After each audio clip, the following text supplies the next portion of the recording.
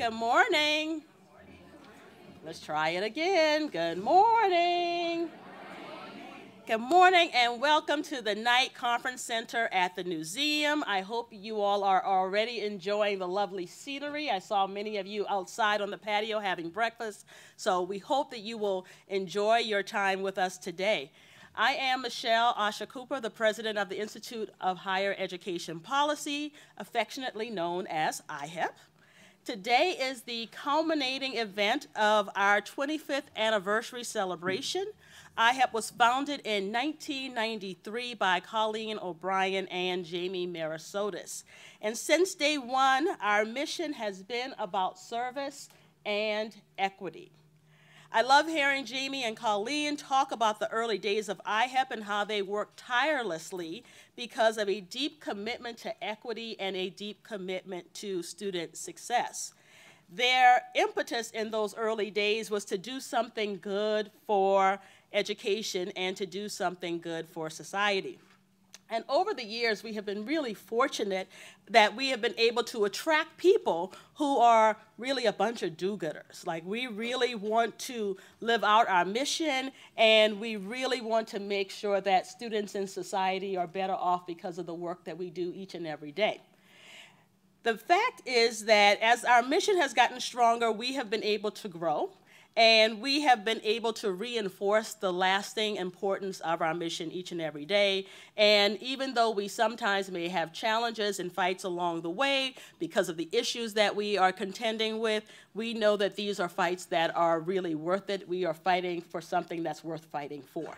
So today we are very excited and we are very proud. We are proud that we have been putting equity first for 25 years and that we have a strong track record of leadership and service that has been very responsive to the needs of today's students, especially students who are from low-income families and students who are from backgrounds where they are racial, ethnic minorities or people of color. And today's summit is all about students. That is the point that we've gathered you all here. We are going to hear from students, and we are going to hear from students whose voices we seek to elevate in policy conversations.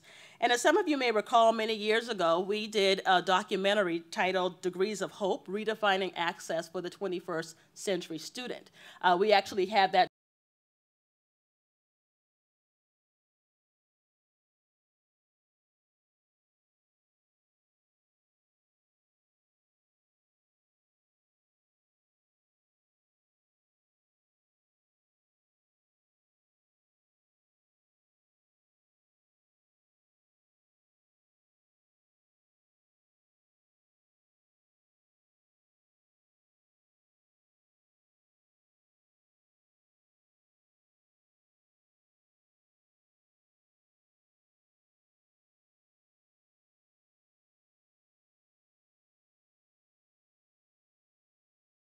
traumatic stress and a traumatic brain injury. And then we had two adults. One was named Andrea. She was a wife and a mother living in Colorado, doing her best to make ends meet and to make life better for herself and her children. And we had Janelle. Janelle had spent nearly a decade pursuing her education and taking classes online. And I am so delighted that we have been able to keep in touch with so many of these students over the last 5 years. Janelle actually had a stint where she worked for us at IHEP, and today we have Andrea, who is now no longer a student. She is a graduate. I'd like for her to stand and be recognized.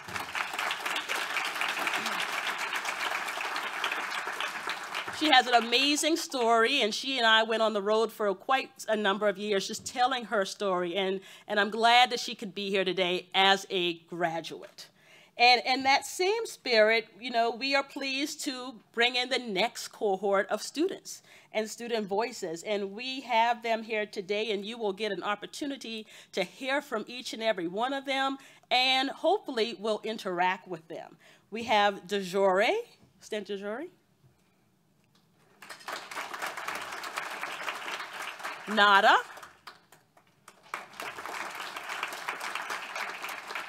Colleen,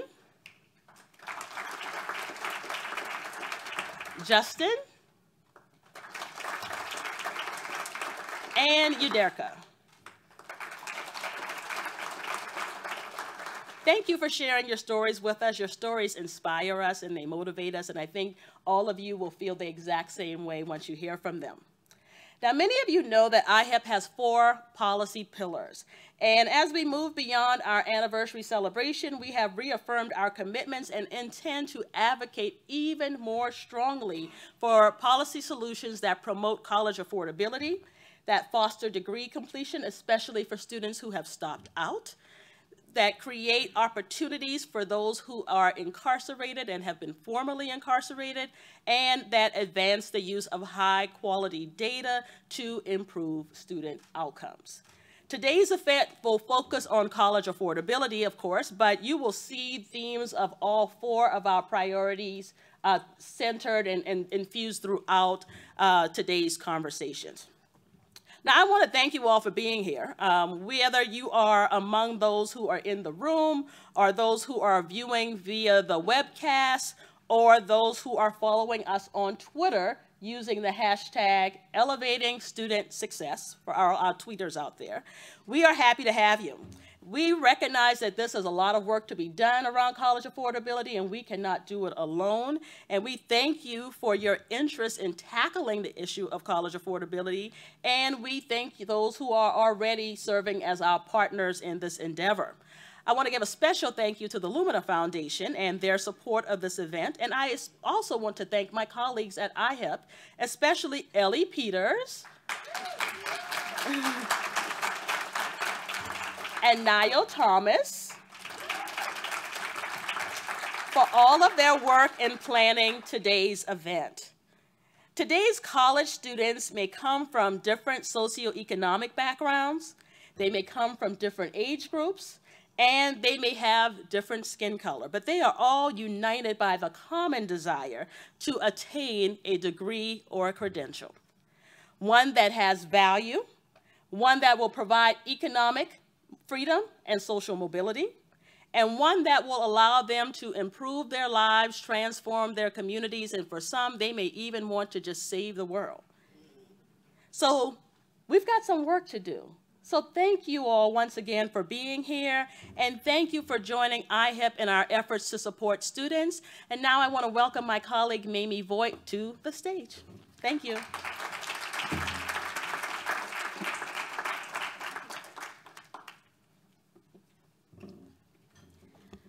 Good morning, and thank you, Michelle, for kicking us off with that great inspirational discussion to get today's conversation started.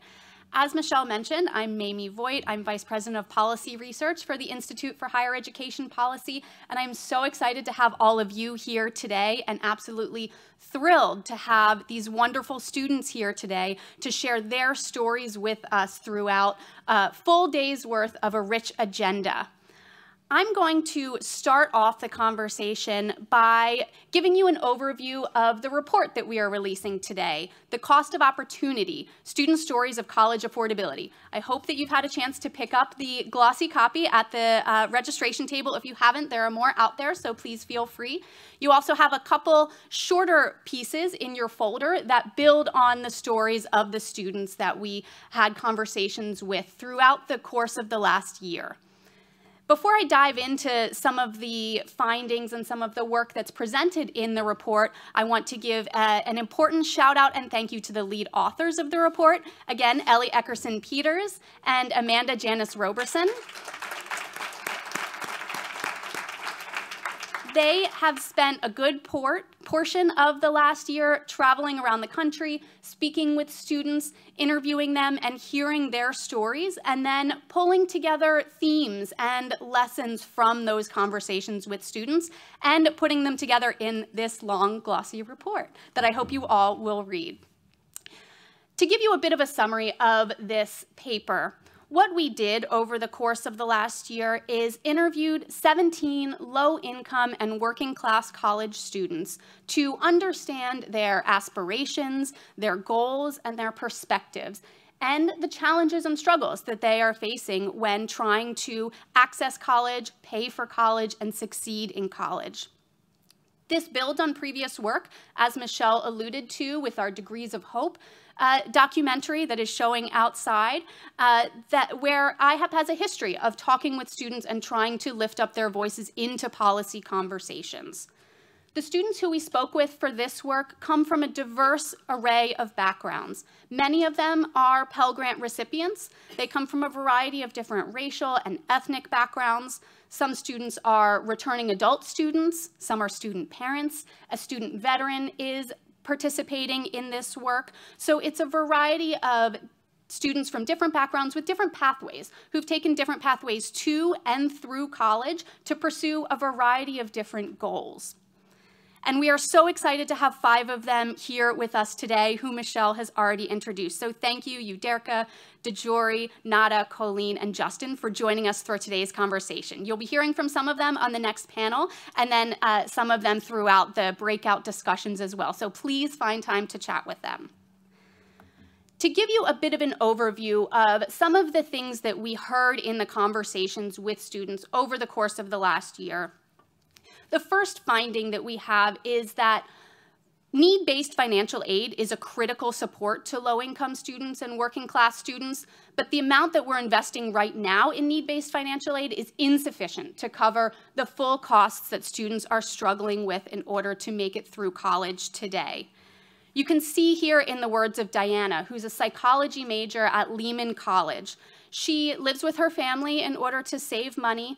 She is pursuing her bachelor's degree and receives a Pell Grant and state need-based financial aid in the state of New York.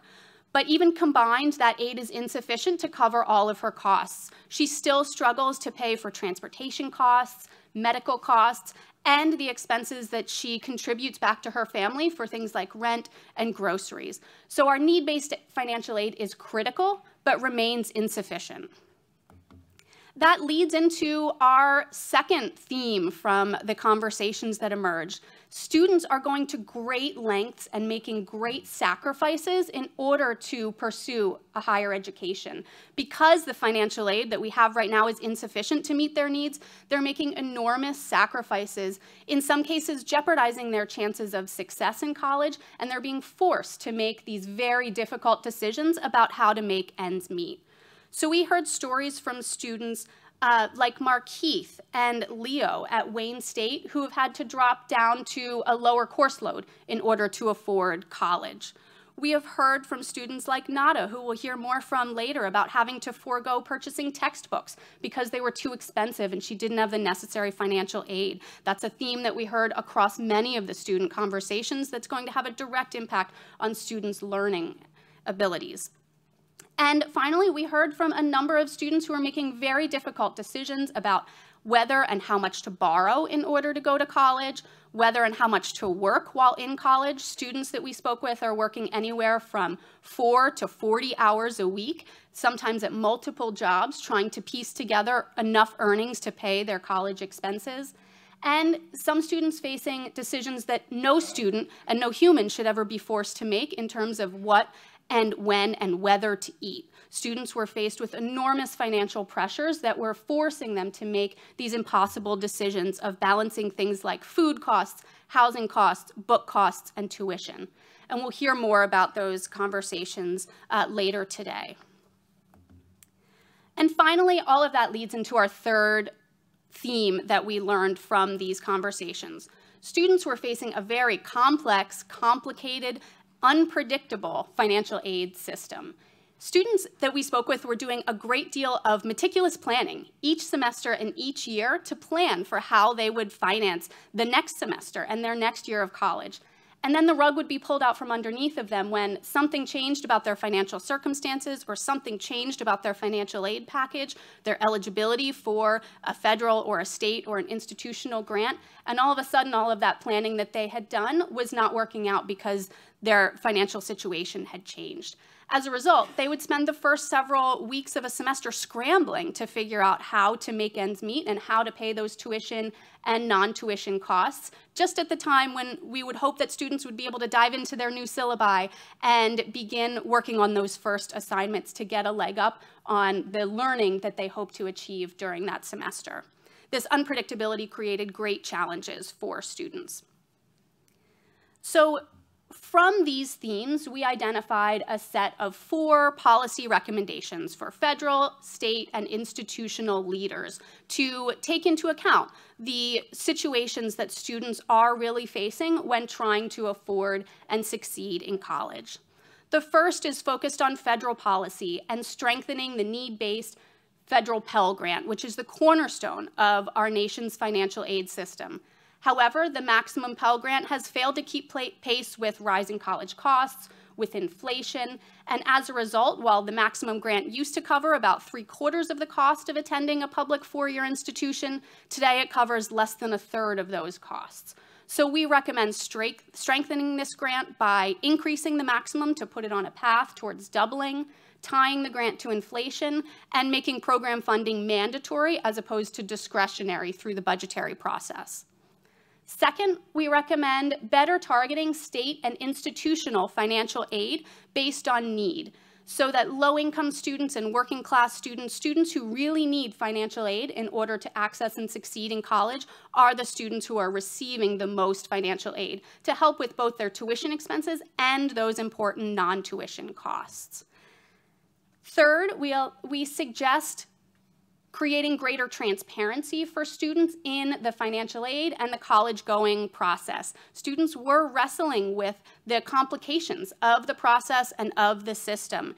And so we recommend building clear, strong articulation agreements between 2-year and 4-year institutions, because so many students are using transfer as an affordability strategy, and we'll have a breakout session later today where you can dig into that issue in greater detail.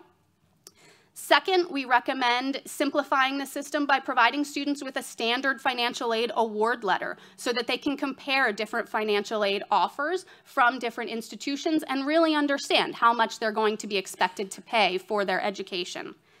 And third, to simplify and to provide students with the information that they need, we recommend creating a secure, privacy-protected student-level data network at the federal level to answer students' critical questions and give them the information that they need to make informed decisions about where to go to college, what to study, and how to pay for it. And finally, our most important recommendation is to bring students to the table to these conversations, to involve students in the policymaking process and in the policy shaping process. We learned so much from our conversations with students over the past year, and it's informed our thinking about the struggles that they are facing and the great aspirations and the inspirational stories that they have to tell about how they are overcoming those barriers and those challenges and doing whatever it takes in order to achieve a college degree. So they should be part of these national conversations, and we are excited to have them here today. So I will not continue talking any longer because I want to turn it over to them to have a chance to share their stories with you. So I'll invite Michelle back up to the podium to introduce our first panel.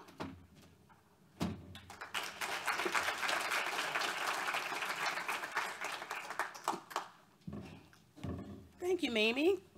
We're going to jump right into our first panel, and I would like to introduce the moderator, who will then come up and bring the panelists with her. The moderator is Danette Gerald Howard. And Danette Gerald Howard is the Senior Vice President and Chief Strategy Officer at the Lumina Foundation. At the Lumina Foundation, Dr. Howard oversees several of the foundation's key strategies for increasing the attainment of high-quality post-secondary degrees and credentials. Prior to joining the Lumina Foundation, Dr. Howard served as the Secretary of Higher Education for the state of Maryland and led the state's post-secondary education coordinating agency, the Maryland Higher Education Commission. As secretary, she oversaw the statewide financial aid program, approved new academic programs and institutions, and advised the governor and legislators on higher education policies and initiatives. Prior to that role, Dr. Howard was Director of Research and Policy Analysis at the Maryland Higher Education Commission, Assistant Director of Higher Education Policy at the Education Trust, researcher at the University of Maryland College Park, and a Student Affairs Administrator and Admissions Counselor at the University of Maryland, Baltimore County. Given these varied roles, Dr. Howard has been able to experience higher education from various leadership roles and vantage points. So it is no surprise that she is a highly regarded national thought leader known for her unwavering passion and commitment to students. The other thing you may not know about Dr. Howard is somehow she manages to do all that she does for the field of higher education while being very involved in the life of her family, including her extended family with her mother, her husband, and her 2 children. So, Dr. Howard, we thank you for all that you do. We really thank you and the Lumina Foundation for your leadership and your commitment to improving college access, college success, and equity, and for your support of today's event. Join me in welcoming Dr. Danette Gerald Howard and the students for our first panel. Students, come on up.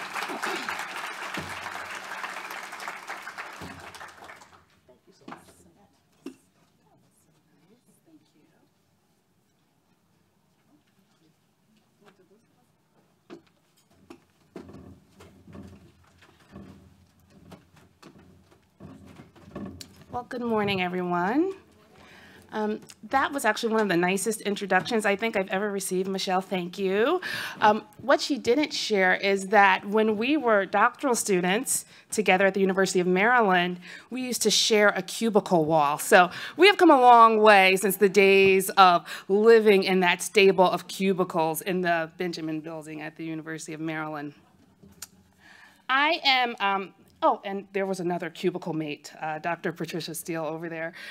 So I am really honored to be able to have the opportunity to have this conversation today with 3 great students, Uderka, Nada, and Dejori. And Dejori, I said that we really need to change your title because as of 9 days ago, you are no longer a student, you are an alumnus, and that is very important to note. 9 days ago, congratulations to you. Each of their stories, while a bit different, gives us an important glimpse into the lived experiences of today's students and underscores the importance of including student voices in these types of discussions.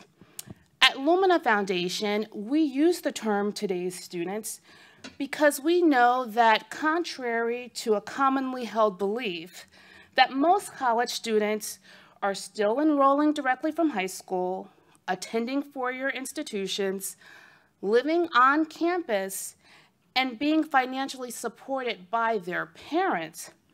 In reality, the average profile of today's student is wildly different and, in fact, pretty complex. I'd like to share just a few key data points. Nearly 40% of today's college students are actually older than 25 years old. 42% are students of color and members of our key equity populations. 49% of today's college students are completely financially independent. A quarter are parents themselves. We have nearly 7 million students who are the first in their families to ever attend college.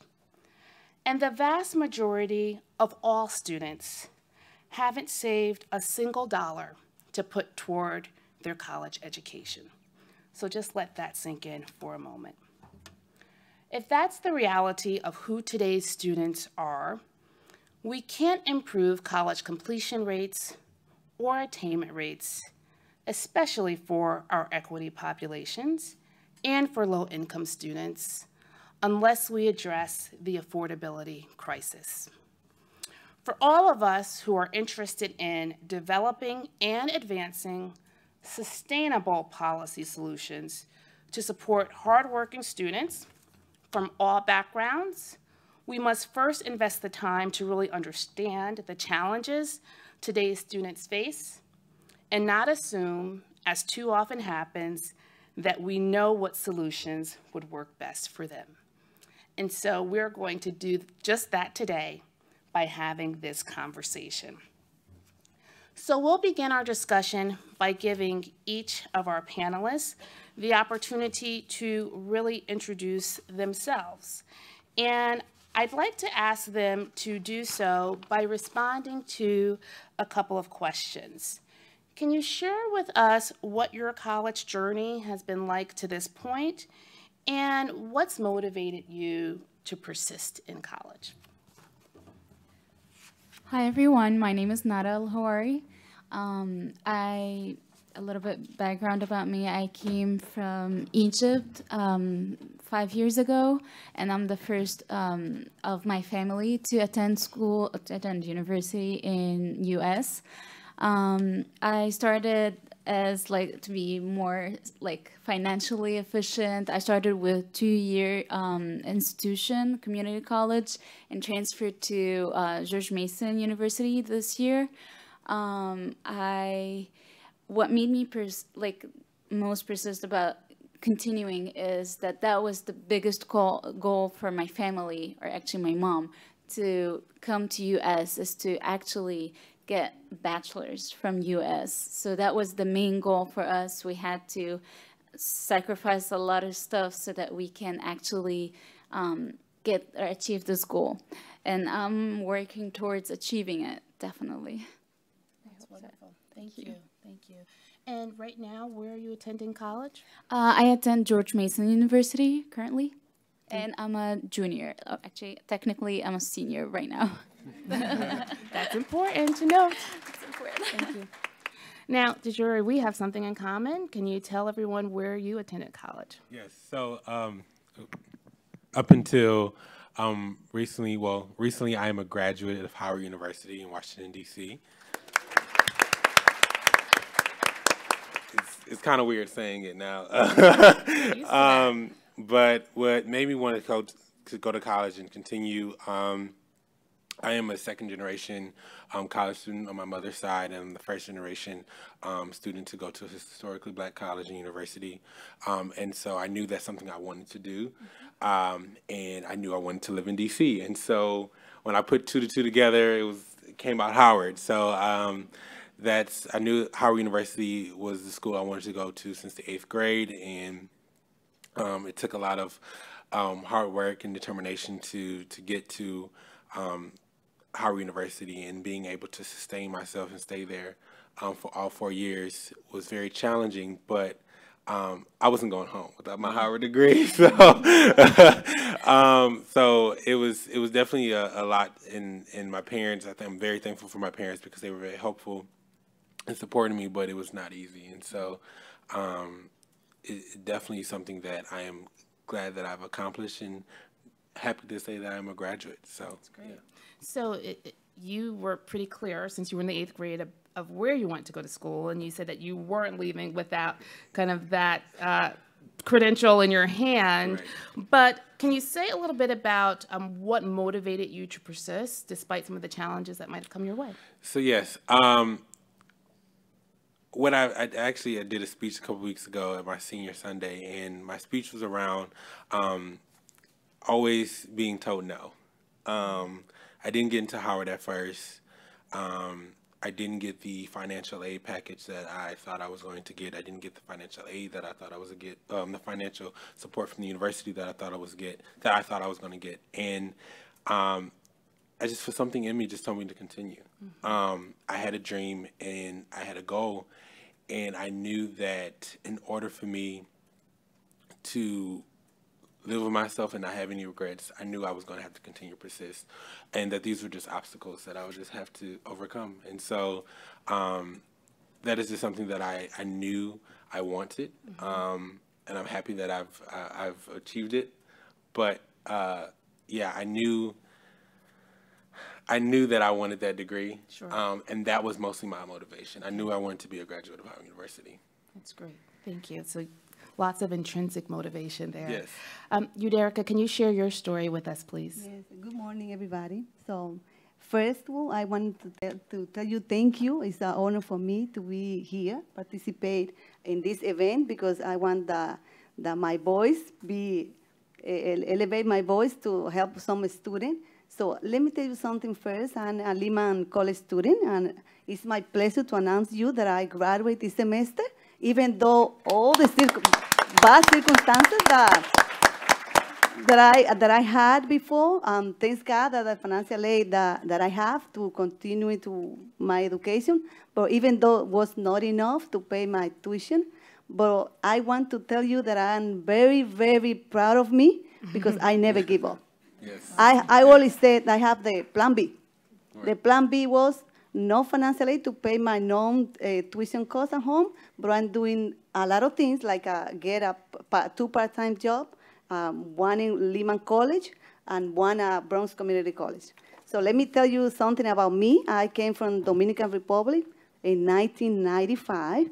As soon as I got here, I was studying English as a second language because I know this is very important, that everybody that comes to this country be educated. And that was one of my dreams, to get the opportunity here in the United States to obtain my degree. So I obtained my associate degree at Bronx Community College in 1995. And as soon as I graduated over there, I transferred to Lehman College. And Lehman College was an amazing college experience, because even though those, a lot of bad, I want to say bad situation, because it's not easy to be in, try to get you grade, you bachelor with 3 kids, 2 jobs, and then be full-time student. Most of the financial aid assistants, you need to be full-time student. But for me, it was not easy because I am a full mom also. So I tried to combine those things. It was not easy for me. But thanks God, my motivation, my biggest motivation was my kids, and also to obtain a bachelor degree in this country opened doors. So you see, it's an honor for me, because my first prize is meet with you. That is a big prize, because I want to show you that maybe mothers like me, not with low income, with a lot of difficulties outside, maybe they think that they don't have the opportunity to get obtain a degree. But I can tell you today, if you want, you can. There are a lot of help, a lot of financial aid help. You need to apply for that. You need to meet some requirements in order to get those kind of financial aid. But it still is not enough. So, for example, the New York State tuition, that later on we'll talk about that, it's easier apply, but you need to meet some requirements in order to get that, those financial aid grants, thanks God. But you need to be full-time student. And that was the struggling situation that happened to me. Because as a mommy for 3 kids, was not easy for me to be full-time student at Lehman College. But thanks God that I finished my college degree this month, and I appreciate that you want to share with me my college story. That's wonderful. Thank you.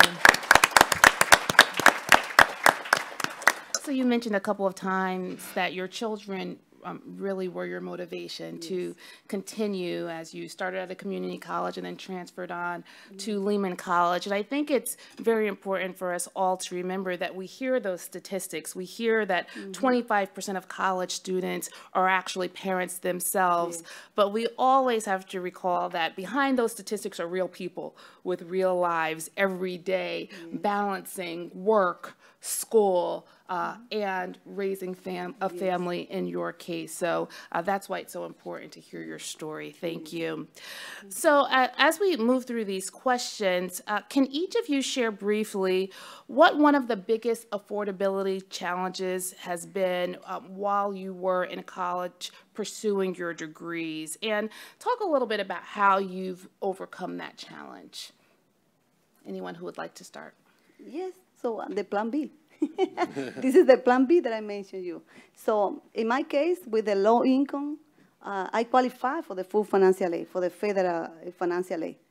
But for TAP, you need to meet the requirements like be full-time student, and that was the issue that put me back to think about, oh my God, how can I go to attending college as a full-time with 3 kids, low income? You see, it was too difficult for me.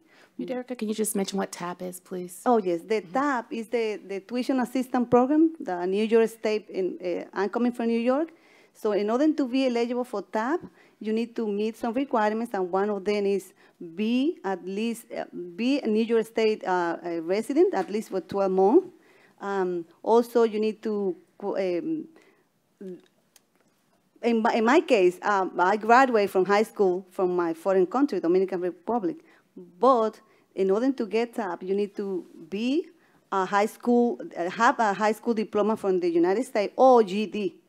So in my case, I didn't have GED, and also I did not graduate from United States. I have to take some test that we call ATV test. This test is that you qualify for TAP. So also you need to be full-time student in order to receive that kind of grant. So the reason that caused me a lot of trouble, because as I told you, as a full-time mom, it was not easy for me. With 2 jobs, kids, and then also 12 credits, it's like a full-time student. It was not easy for me.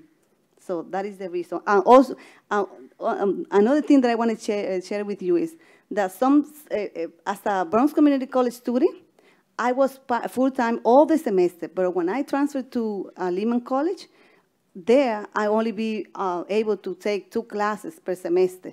So in order to receive TAP, that is the issue that I never got TAP the whole semester at Lehman College, because I was part-time TAP. So it has been no easy for me to graduate and get the grants over there.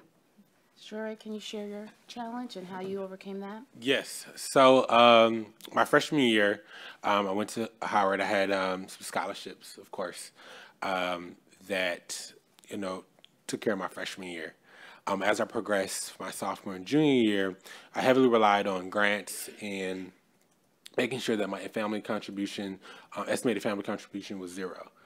And that helped me because I was able to receive full Pell Grant. I was able to receive grants from my university, and I was able to receive just tons of scholarships and things like that that'll help cover my university costs. And sometimes in some situations, my parents would have to pay out of pocket, but it wasn't too much. And then I was able to take out some subsidized loans. My senior year, I had an EFC of $1. And so what I told people, I had an EFC of 4 quarters. Okay, and I went to the federal, the woman who works over federal aid, and I asked her, I was like, I don't understand what happened. That me having a change of EFC cost me from having a grant money that the university would have provided me, because they only provide, the requirement was that you had to have an EFC of 0. And it was like, these are 4 quarters. Like, I mean, like, this is not too much of a change. And it was hard because it was like, this is my senior year. I've worked all this time to get here, and I've made it. And now my senior year, I have, this financial trouble. And how am I going to take care of this? How am I going to pay this? I think it was like $10,000 or $12,000 to finish school. So a change in your EFC of $1 resulted in you having to be responsible for $10,000 to $12,000. Yes. Okay. So normally, I mean, if I had gotten the scholarship grant from the university, that would have cut that down to at least by $5,000. So I really will only have to pay $5,000 instead of paying the 10 to 12. And so I had to go to my parents, and I had to ask them, would you take out a loan? And it was hard for me because they had already done it my freshman year. And, it was kind of a promise to myself I wouldn't ask them to do that again. And I had to go to them again and ask them if they would take out this loan. And my mother, of course, is like, we're going to do what we have to do to get you to that degree, because at this point it became her degree as well. So it was her degree as well. So she was going to make sure that I did what I had to do. And I at the time leading up to that summer, leading up to the fall semester, I was working and doing all these different things. And so it was hard. I was also living off campus. So all those things kind of accumulated to be, very stressful, and not knowing if I was going to be able to finish my last year. So that was a really hard task for me, and just even having to go and, get more loans and get more things to help me sustain myself through this last year. It was difficult, but I guess that was something I had to bite, and hopefully I know the reward is coming. So I know it's a greater reward that I will see soon. So. Great. Well, thank you for sharing that story. Thank you. And Nada, can you share your greatest challenge with us? And also, you transferred from Northern Virginia Community College before enrolling at George Mason University. So I just wanted to share that context as you're sharing the affordability challenge that you've been able to overcome. As you mentioned, I went to a community college at the beginning, and pretty much financially was like the obstacles were like not the tuition as much as we had to pay the rent, we had to pay like other outside of the school. Community college was really helpful for me to cut down some expenses, but it kind of balance it out because of the extra or the outside of the school things that I need to buy. The textbooks were really expensive, rent was really expensive, and then like from the refund that I would get, I would just put it into the rent. So pretty much I wouldn't have any other extra money for myself. So I had to like also, plus working, I had to pay like out of my pocket for like the rent and other stuff, and I'm also a full-time student, and the statistics of like everyone to actually accomplish like or to get a diploma, whether associates or bachelors. I recently knew that you couldn't hear me. Sorry. But it's not 4 years. It takes way more than 4 years. And that was the main goal for me, is not to wait more than 4 years. I can't go with like financially and other things that I just need to finish in 4 years. So I was the only one from all the people that I know in Nova to actually finish Nova in 2 years, but I had to take way more, like about 18 credits, if possible, like for 2 semesters. And 18 credits, more than that, you'll have to get an approval that you're taking overload. So I was taking as much as possible as I could. And when I transferred this year to George Mason, that was the challenge, because what I had, I used to have a refund that I can pay off of it, the rent, but in George Mason I couldn't do that. I owed the school more money, and I thought financial. I did the budget sheet for George Mason, like, and I was sure like I would get at least like full covered, or like more, like I would have to pay less. But it turns out it's not like that, and I was shocked at the beginning when I got the budget sheet, and I was like, I did not expect that. It was not clear, and the problem is there isn't any clear like budget of this is how much you're gonna pay per credit or so you would have an estimate. So that was challenging. So definitely, and I lived on campus because currently I'm in the U.S. by myself. My mom had to go back to Egypt, so I had to live on campus after we did the budget of off-campus, plus paying transportation, plus paying Wi-Fi and other stuff. It's almost the same as on campus, and my mom didn't want me to be off campus. She wanted me to be secured on campus.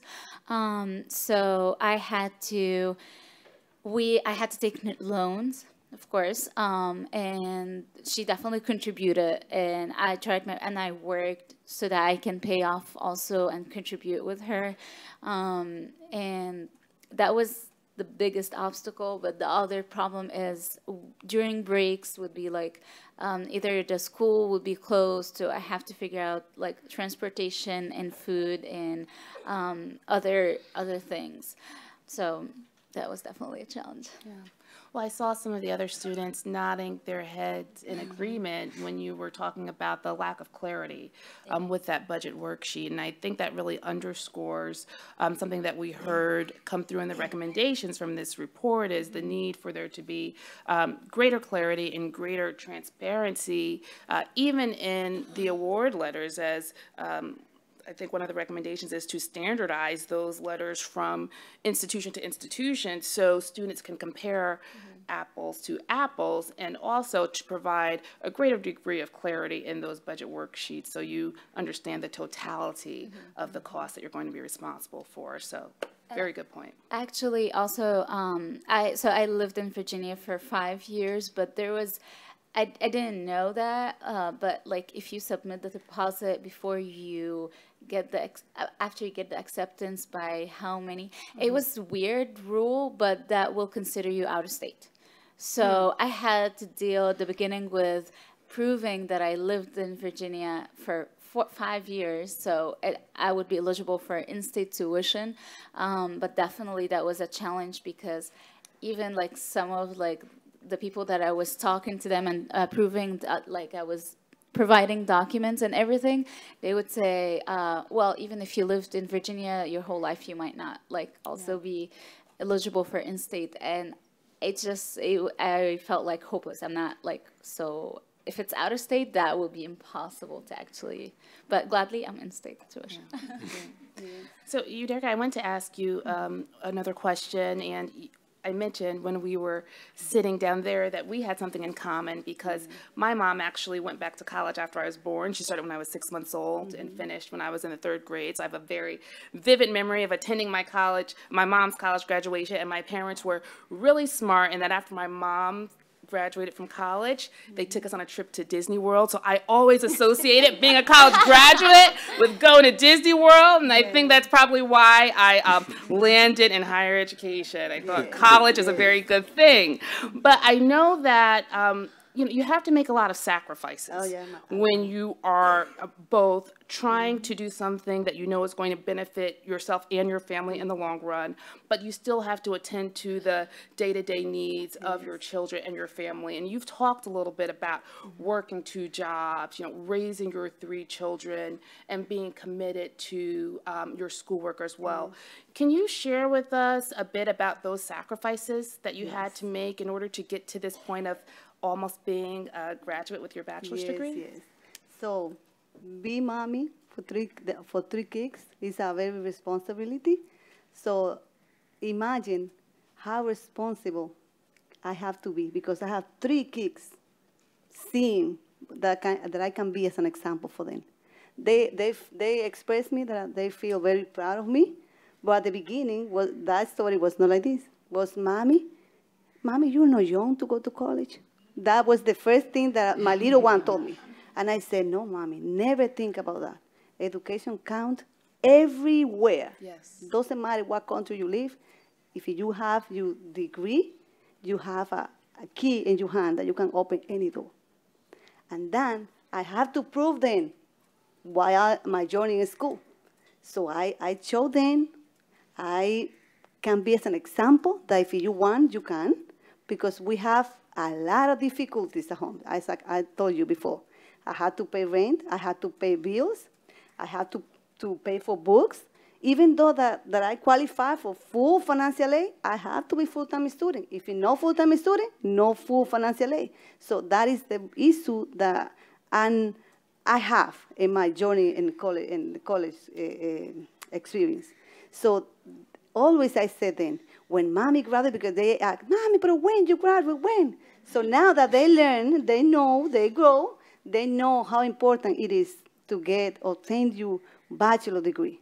And I always say, when Mommy graduates, we're going to the big vacation. So always I say, I'm going to a water park. They want to go to Kalahari because it's expensive, so Mommy cannot do nothing now. But Mommy said, this is the priority thing that Mommy going to do. The first check that Mommy gets as a full-time job, Mommy will take you to Kalahari. Yeah. And then they said, but it's very important for me to show them how important it is for a person to be educated. Yeah. They know how a lot of doors are open for me.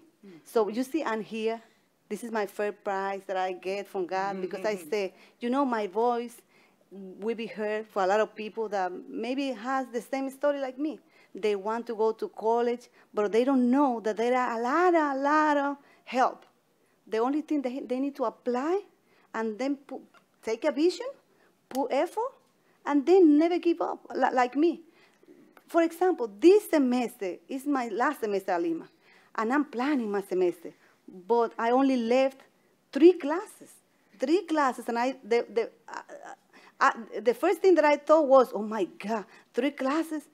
Only I count with TAP because I don't have more financial aid. Also, I don't have any loans available.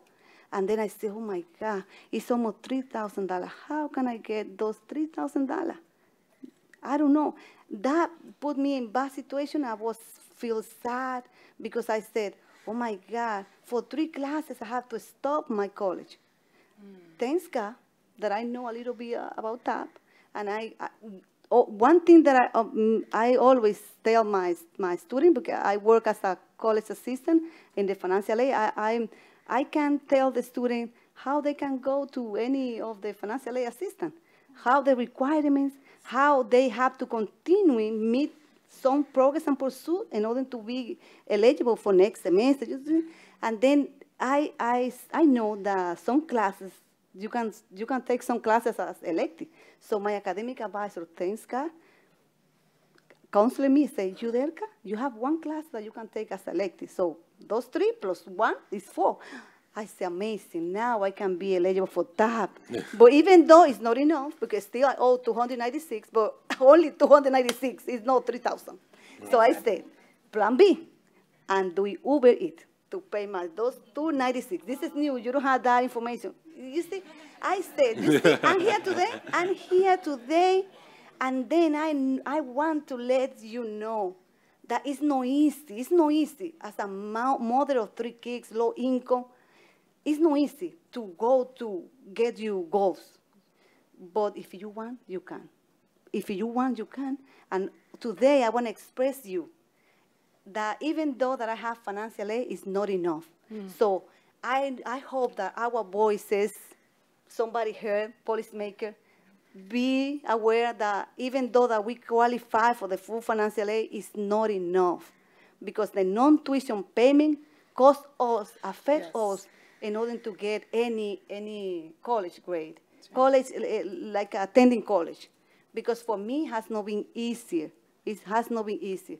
So I hope that today my participation here can be served as a motivation for people like me, mommies like me, or young people, and also motivate those people that can change the financial aid situation for some student like me. That's right. I hope so. Well, here, we agree. And, at Lumina Foundation, we say that everything about earning a college credential should be easy except the learning.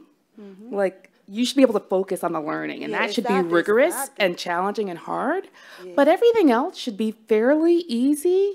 But the system actually is not designed to make it easy for our students, because our low-income students still have to work multiple jobs and Uber to pay for their college costs. But I can assure you that in the years to come, your children are going to appreciate the sacrifices that you have made. So that's wonderful. Dejuri, a couple months ago, I was at my mom's house, and I actually found my acceptance letter to Howard, and my tuition and fees, room and board, all in, were less than $12,000 a year.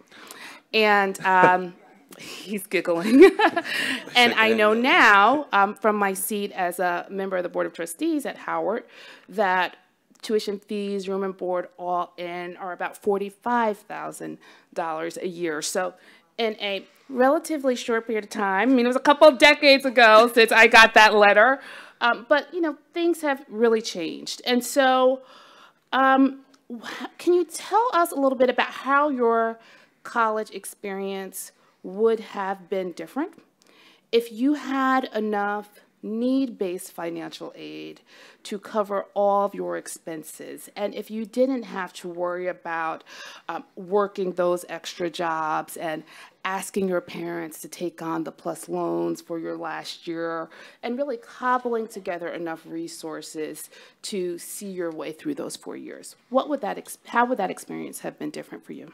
I think my experience would have definitely helped me gain, more opportunities. I didn't start doing internships until my senior, year, and as many people know, most internships are unpaid, and so those type of opportunities I weren't necessarily able to take because I had to look at the paid internships. Right. And they come very far in between. So I had to really focus on that. I had to focus on finding jobs that worked with my school schedule. I didn't really start working. My parents were very strict on me not working my freshman year and my sophomore year. And then my junior year, I got a full-time, I got an internship, but it only paid me $300 a month. And so it helped, but it didn't stretch far enough. And then, my summer, I took summer classes, and I also forego the opportunity of doing an internship because I needed to take a job. I needed a job that paid me. And so I did that up until majority of my first semester. And then I found another internship that paid me a more living wage. And so I know if those type of tuition costs and non-tuition costs were kind of taken care of in the sense where I didn't have to worry about them, I probably would be able to do more. I probably would have studied abroad.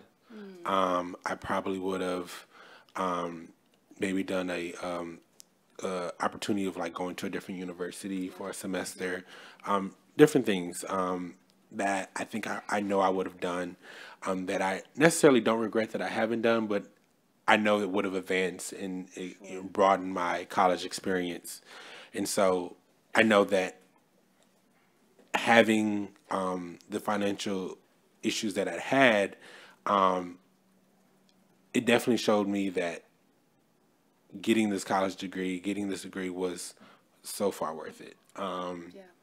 Because I don't think if I didn't have these challenges, if I didn't have this opportunity of making sure that I was constantly, learning and doing my best because I knew what was put into getting this degree, I don't know if I would have taken it as serious. And so I'm glad I had that as a motivator, but I know I could have done so much more if it was, if the stress wasn't there. And I agree with you in the aspect of you get sad, you get even depressed at times because you're financially worrying what is going to happen to me next.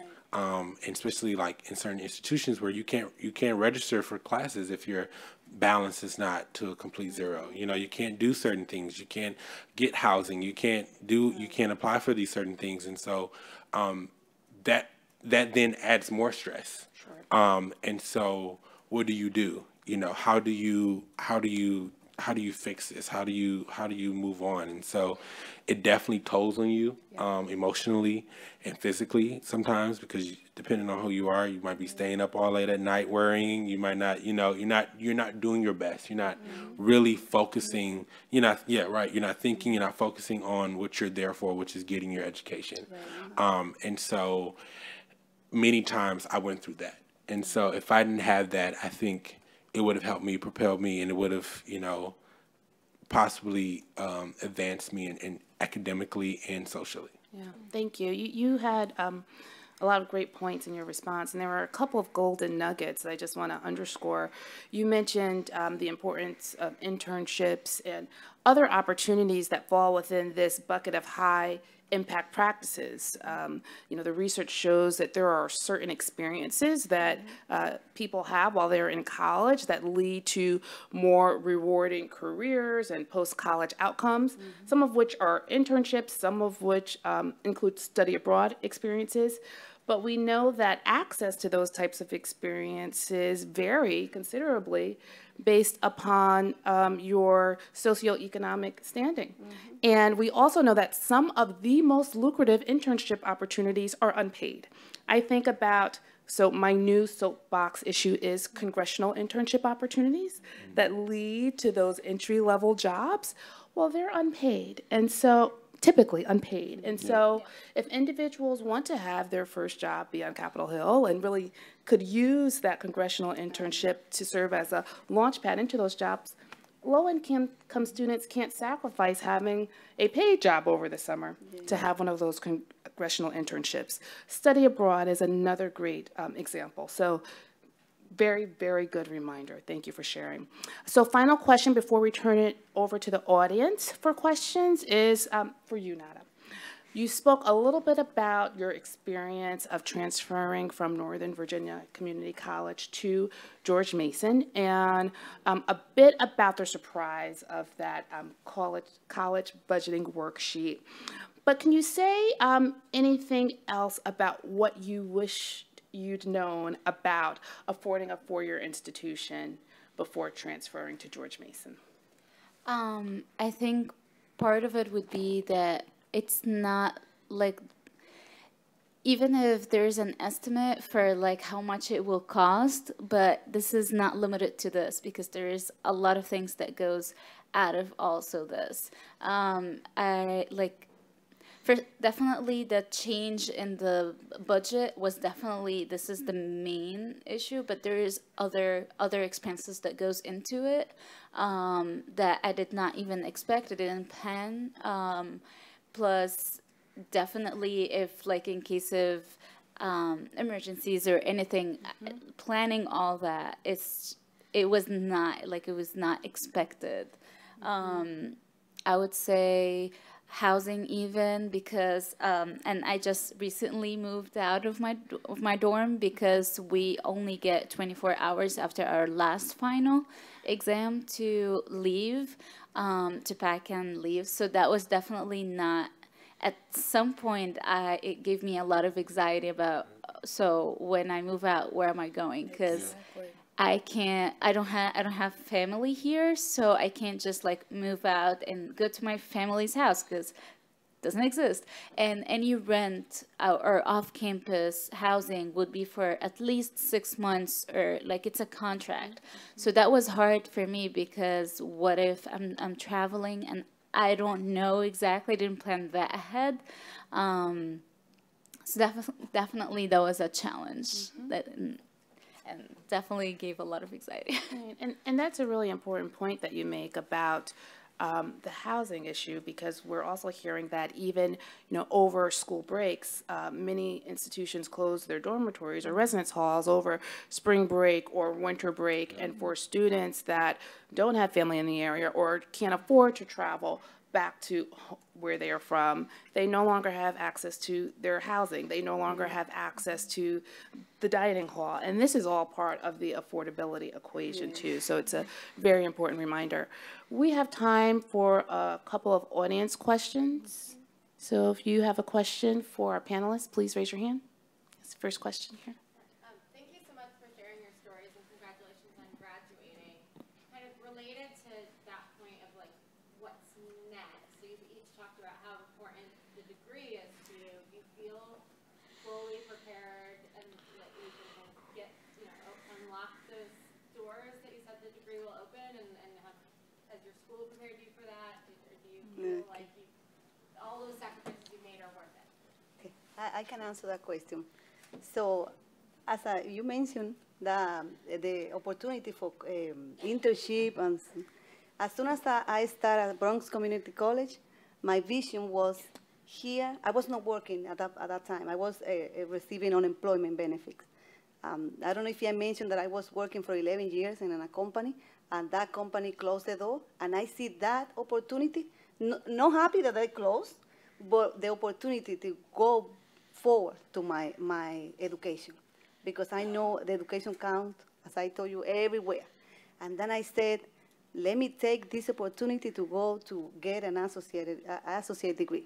So there, when I went to Bronx Community College, I decided to look for a job, for any position that I can show, and I also apply my skills that I brought and learn something new.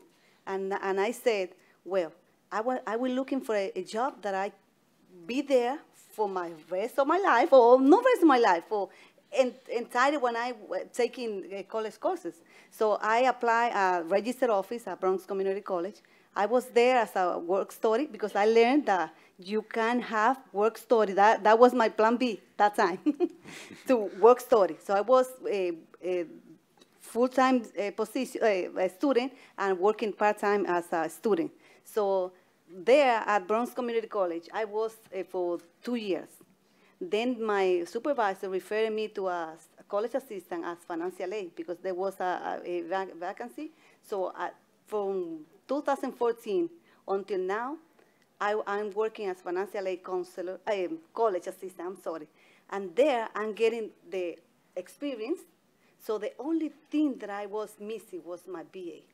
So now I have the key in my hand. You see, I have the key. So I applied for that position. I have the experience. I love the place that I work because I want to end my happy story. I want to end with happy story that I'm going to be a financial aid counselor. I'm doing the job, but without the title and without the payment. But I love. And this is the place that I want to end, helping a student that came with a lot of dreams. Because I see myself carrying a luggage with a lot of dreams inside. But in my case, I was looking forward for those dreams. And even though they sacrifice a lot of things, I want to tell you see, something that I always want to tell to my kids in my graduation day, big thanks. Because with that support, probably I will not have motivation. Sometimes when they complain or something, I said, I got my bachelor almost. And you see, the education count. And now they see how my life has changed.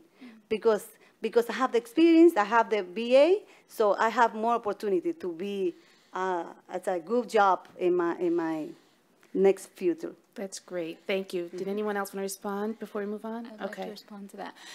So my major is global affairs, so definitely this is like the perfect area for it. But I recently, especially when I went to Mason, I recently discovered that there is more focus towards computer science and towards other majors that has like a lot of focus on.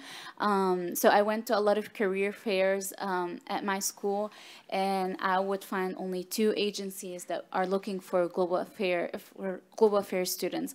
Others were like mostly the STEM.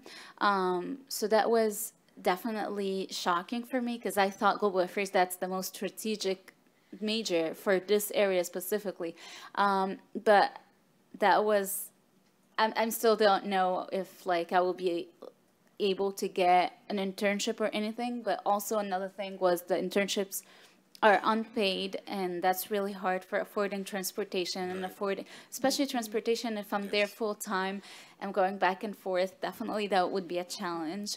Another thing is, out of all, it was the internships that they unpaid, and that I was not a citizen yet, so no one would accept me regardless. So that was really a challenge because I thought that might be like, I might not have a future in this major even though I'm a junior already. Did you need to add anything? Yeah, I mean, great points to that. I think, well, for me, I will be actually interning this summer at a lobbying firm, so I'm excited about that.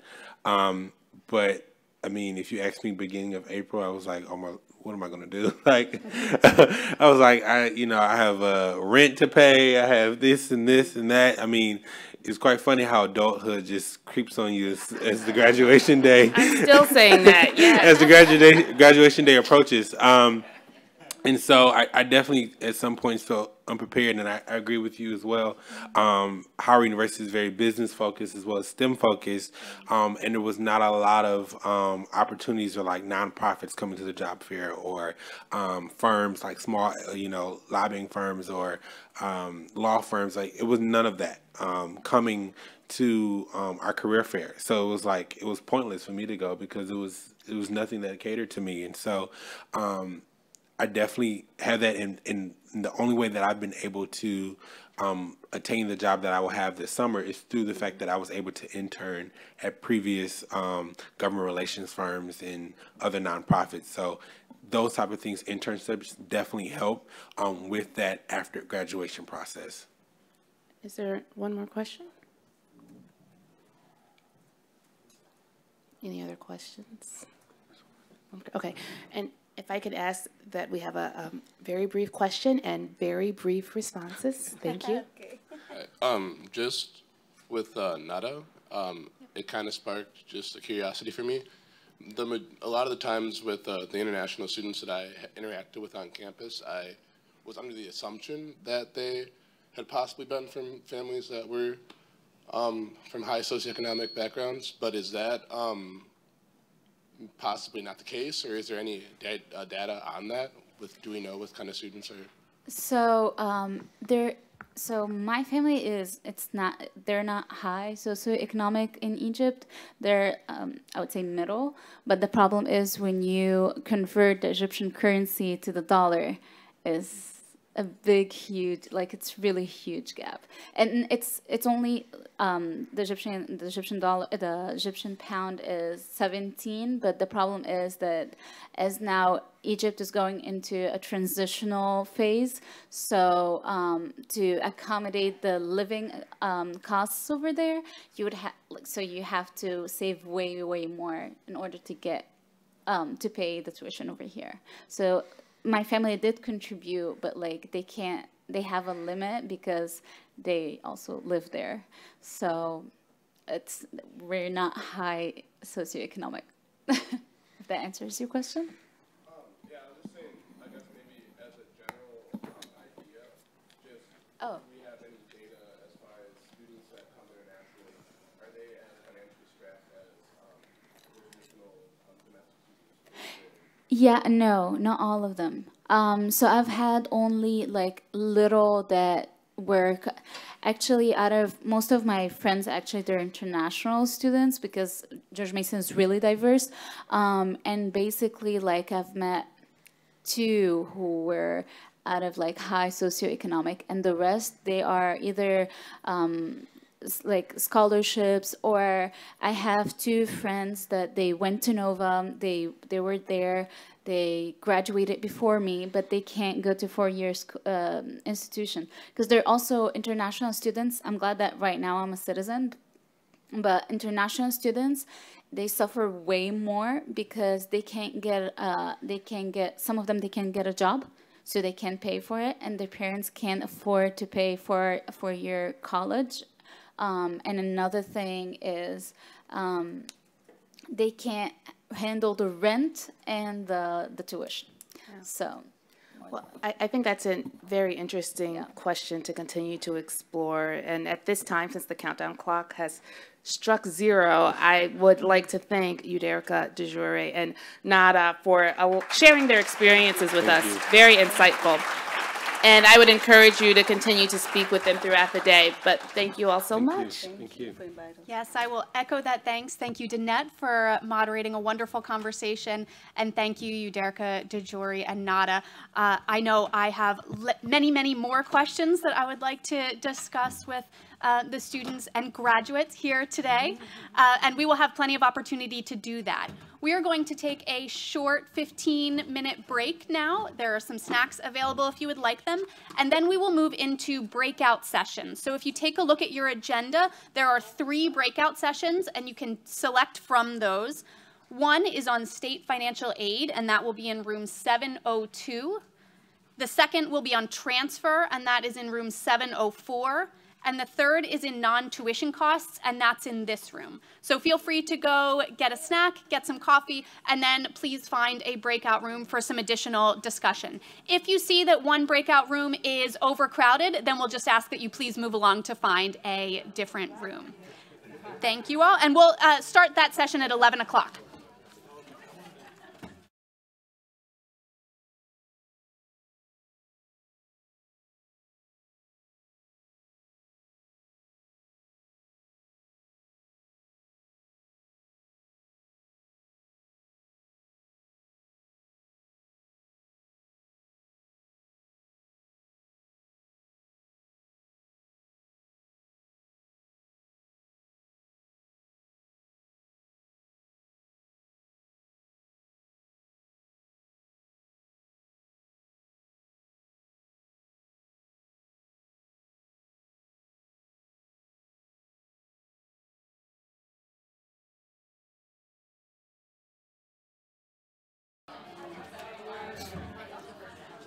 Hello, everyone. We're going to get back together, so you can take your seats. Well, I certainly hope you all enjoyed the morning sessions and enjoyed lunch. It was such a pleasure to hear the stories of our students and to be able to participate in the breakouts and hear a little bit more in depth from them. So I'm certainly gaining a lot. And while I find their stories so deeply inspiring, I have to confess I'm a little bit traumatized by the things that we expect students to do in order to enroll and complete in our institutions. And certainly there's a lot of work for us to do, and we must do better. And I want to introduce our keynote speaker, who I think feels the exact same way, that we must do better. And he is an example of an institutional leader who is doing better. So it is with great pleasure that I introduce Dr. Michael Sorrell. Dr. Sorrell is the president of Paul Quinn College in Dallas, Texas, and under his leadership, Paul Quinn has gone from an institution on the verge of collapse to one that is now nationally renowned for its innovative approach to higher education. Some of the college's most transformative accomplishments include converting the college's football field into the we over me farm in order to battle the food desert conditions of the surrounding community near the campus, becoming the first federally recognized urban work college, rewriting all of the college's fundraising, and being recognized as HBCU of the Year. Dr. Sorrell is known for his visionary leadership and his courage. He has been named HBC Male President of the Year 3 times, one of the world's 50 greatest leaders by Fortune magazine, and one of America's 10 most innovative college presidents by Washington Monthly. While Dr. Sorrell has won many, many awards throughout his career, the honor that has meant the most to him was being named Father of the Year for the city of Dallas, where he calls home and where he lives with his wife and his 2 children. Today, my friends, you are in for a treat. You will feel challenged, blessed, and maybe even convicted by Dr. Sorrell's message. Let's welcome to the stage one of the most decorated presidents in college in higher education today, Dr. Michael Sorrell.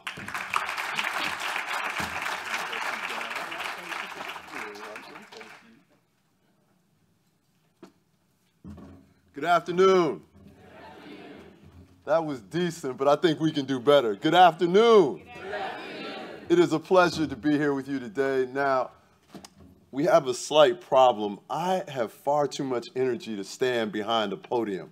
So we're going to ad-lib, and we're going to get a microphone, and we're going to walk around.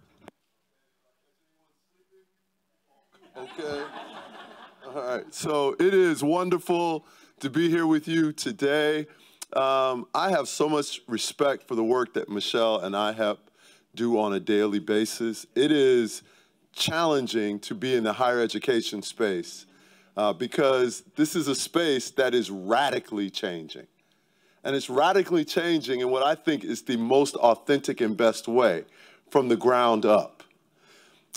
When I became a college president 12 years ago, all anyone wanted to talk about was the elite schools, right? And looked for leadership and change from the elite schools. And I remember pointing out to people back then that in the history of mankind, revolutions never started from above, right? What do the people who rule have to revolt against, right? We don't have enough spoils? Like, that's not how it works. Revolutions start from below. They start from small, disaffected groups of people who look around and say, I've had it. I have had it. I want something different. And then they start to create something different. So during the time that we are together now, and I'm going to come over here because I don't want you all to feel like you have no friends, okay? And first of all, let me just say to all my scaling partner friends, it is wonderful to see you guys. You know, this is a wonderful, those of you who don't know, we're part of a Gates group. We meet 2, 3, 15 times a year, is it? We meet a lot. We're discussing how you scale changes in higher education. What we've really done is made great friends, all right? So it's wonderful to see you guys. But my point is, in this era, change comes. Similarly, to the way it's come throughout history, which is small groups of people who are unhappy make noise, and then they make a movement, and then things change for all of us. That's how it works. So today, for the time that we're together, we're going to talk about change. Or the way that we frame it at Paul Quinn College, we call it a revolution. Because when we started, we had no friends. Right? No, this is a true story. We had no friends. In fact, the friends we had jettisoned us, right? We were kicked out of all the organizations that we were a part of. People tried to take away our accreditation. I mean, it was bad. My first 2 years of being a college president, we lost 80% of our enrollment. Okay, which, by the way, not the way you want to start your career. Okay, not at all. So for the time we're together today, I want to talk about Paul Quinn College, but I really want to talk about us, right? And us is the higher education community and what we are capable of and what this country needs us to be capable of. So ladies and gentlemen, I want to welcome you to the revolution.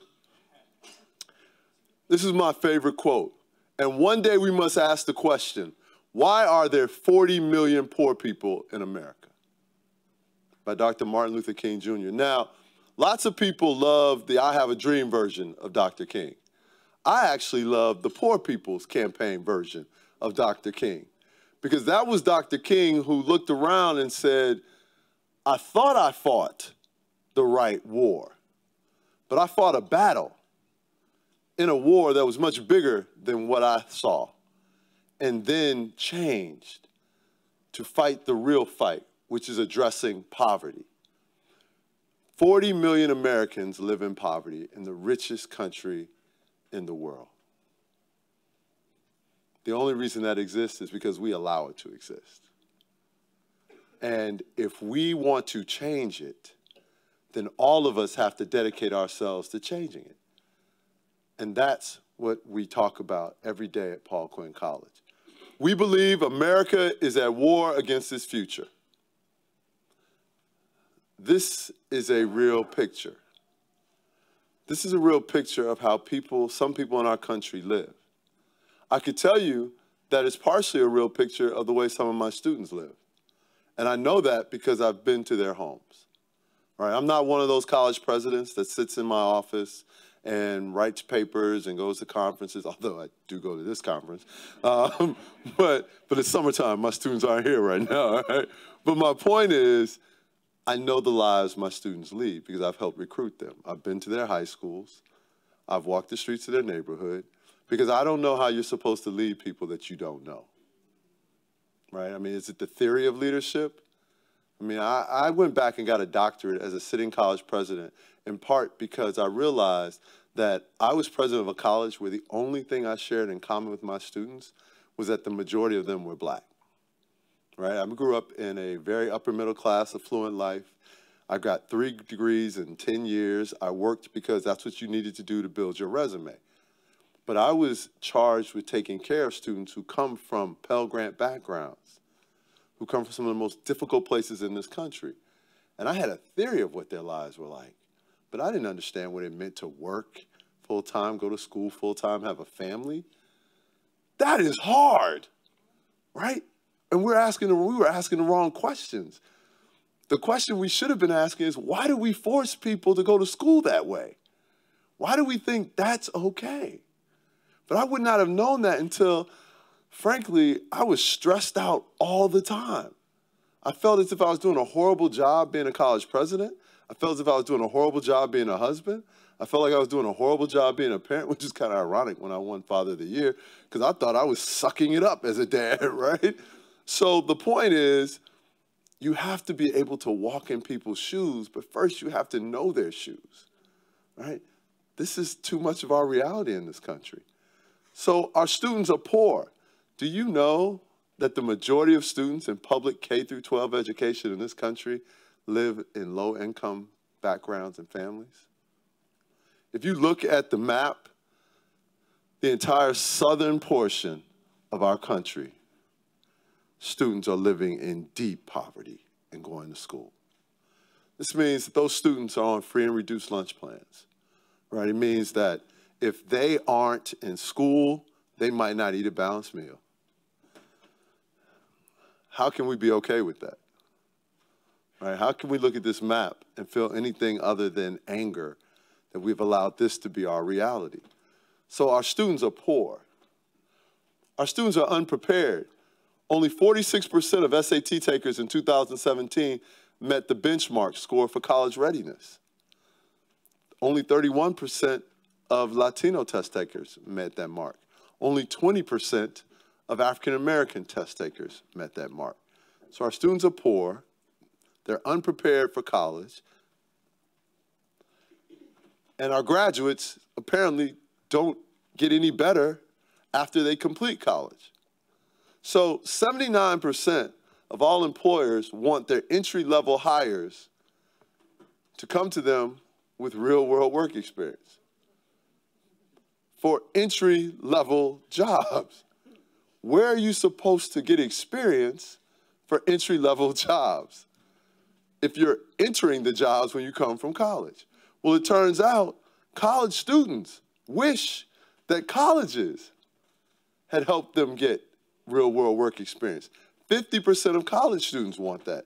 So let's think about this for a moment. Your customer as an institution of higher education happens to be employers. It also happens to be your students. I know some people get offended by the idea of calling the relationship a customer relationship. The students pay us.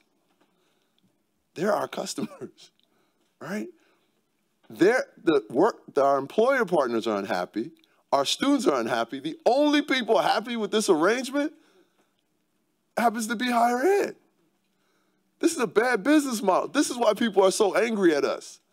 They have told us what they want, and we have not listened. You all act like this is okay, right?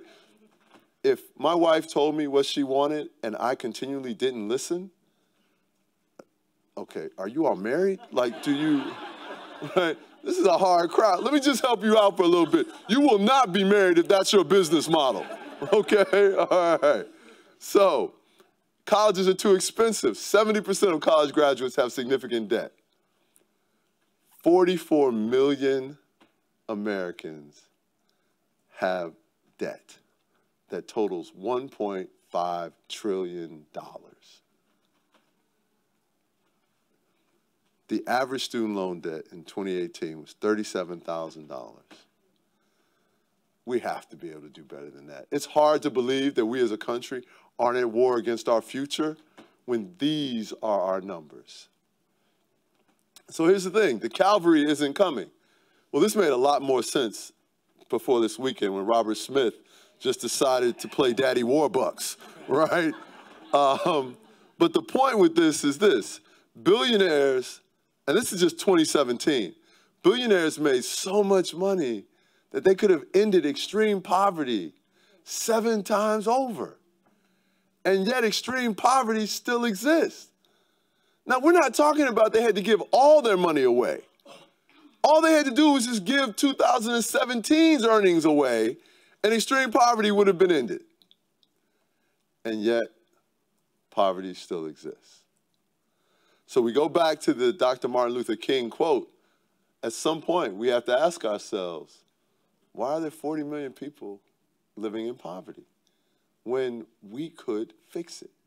But if the people who have the financial resources choose not to address this issue, then maybe it's incumbent upon the rest of us to do so. So, welcome to Paul Quinn College and the Quinnite Nation. This is Jasmine Norman. She is an amazing student at our college. She was number 2 in her high school class in Memphis, Frederick Douglass High School. And about every other year, we invite a group in from Dear World, and they do this exercise where you write down messages on your body that you want people to know about you. She wants everyone to know that she's a rose that grew from concrete. Now, you all missed the whole marriage thing, so I'm guessing this is not a Tupac crowd either, right? So for those of you who don't know Tupac, he was a rhythmic American poet, okay? He wrote poetry that sometimes vacillated between rage and just jamming party tunes, okay? But he wrote this amazing book of poetry that talked about roses that grow from concrete. At Paul Quinn College, we exist. Schools like ours exist because we understand that roses do grow from concrete. They just shouldn't have to, right? They just shouldn't have to. We also understand this about roses. Every rose does not bloom on the first day of spring, but it doesn't mean that that rose won't be brilliant. Jasmine Norman is a brilliant rose who grew from concrete. And what she's telling you is she's owning her story. She's telling it to you herself. So one of the things that we believe at Paul Quinn College is we think that institutions of higher education should turn themselves outward and address the needs of the day. At Paul Quinn College, 85% of our students annually are on Pell Grants. 70% of those students have zero expected family contributions. 40% of our students come from outside the state of Texas. 23% of our students are Latino. And people are always surprised about how many Latino students we have. Two things about that. One, we are in Texas. Right? And for those of you who might have gone to high school in Texas where they don't teach real American history, you will catch that later, okay? All right? Texas was Mexico, okay? So the only way we wind up without a significant number of Latino students if we just tell Latino students you can't come to school here. And we would never do that. I used to tell this joke that HBCU stood for Hispanic, Black, and Caucasian University. Told the joke to a group of people who didn't appreciate it. The only reason I got out alive is because I was bigger and faster than they were, all right? But my point is, we are institutions that have always welcomed everyone, all right? The only way you could have schools back at the end of slavery was you had to depend on other communities because we weren't allowed to read, write, own property, gain wealth. So who was going to help establish our schools? Who was going to teach? We have always been models of diversity. That doesn't change. So we're proud of who we are. But when your students are poor, when they come from disaffected communities, then you fight the fights that those students need you to fight, right? And that's what we have done. That's what we think higher ed should do. So here's the thing. When your students come from poverty, you can fight the edges of poverty, right? Which is what we started out doing. We turned our football field into a farm because we were in a food desert. And we thought students should have access, communities should have access to food. And, you know, by the way, people always get really fired up about that. And they're like, oh, it was so brave of you to cut football. We lost every game, right? Like our football team wasn't on national TV. We weren't producing any any NFL draft picks. In fact, the really horrible part about this is our largest customer are the Dallas Cowboys. So the reality of it is we have put more kale in the NFL than we ever put players, all right? And that says something. But we fought that fight. We also then turned around and had to deal with the environmental justice issue. Because in case you don't know this, when you are in under-resourced communities, that's where people put all the bad stuff. So 2 miles from our community that the college resides in is the city garbage dump, okay? The city garbage dump. We were closer to the garbage dump than we were a grocery store. That's not your experience at Harvard. It's not your experience at Yale. It's not your experience at George Washington. I've been to Georgetown a lot. Not your experience at Georgetown. In fact, I can't figure out where the garbage dump is in D.C., okay? So my point is, you fight the fights that the people that you represent need fought. And increasingly, the fight that needs to be fought in America today is poverty. And you can play around the edges of poverty, or you can strike at its heart. And I've heard lots of people tell me, oh, you shouldn't talk about trying to end poverty. You can't end poverty. You're going to look silly. You're going to look stupid. Listen, here's to the crazy ones, right? Here's the people who are crazy enough to think they can change the world. Because if you don't think you can, you never will. And we believe that the model we've created will it give us a chance at doing that? And more importantly, if we fail, so what? At least we tried. And that's more important. So here's our solution. We believe in something called reality-based education. Here's the first step of it, urban work colleges. So we created our own model of higher education. We looked around and thought, if 79% of employers want students to come with real-world work experience, if 50% of students want real-world work experience, why don't we create a model that accomplishes that, right? So for us, if you come to Paul Quinn College and you live on campus, you work, you get a job. And here's something else you should know. Everybody's working anyway. Over 75% of today's college students work more than 24 hours per week. But they're working in jobs that don't help establish them in their careers. And they're working job hours which put them at academic peril. I'm always fascinated when I go places and I hear faculty talk about, oh, the students are lazy, they're not working hard enough. The students are tired, right? Because they're working all the time. Like, and you have to understand that. So maybe instead of criticizing them, you develop systems that allow them to have it a little bit easier so they can do the work.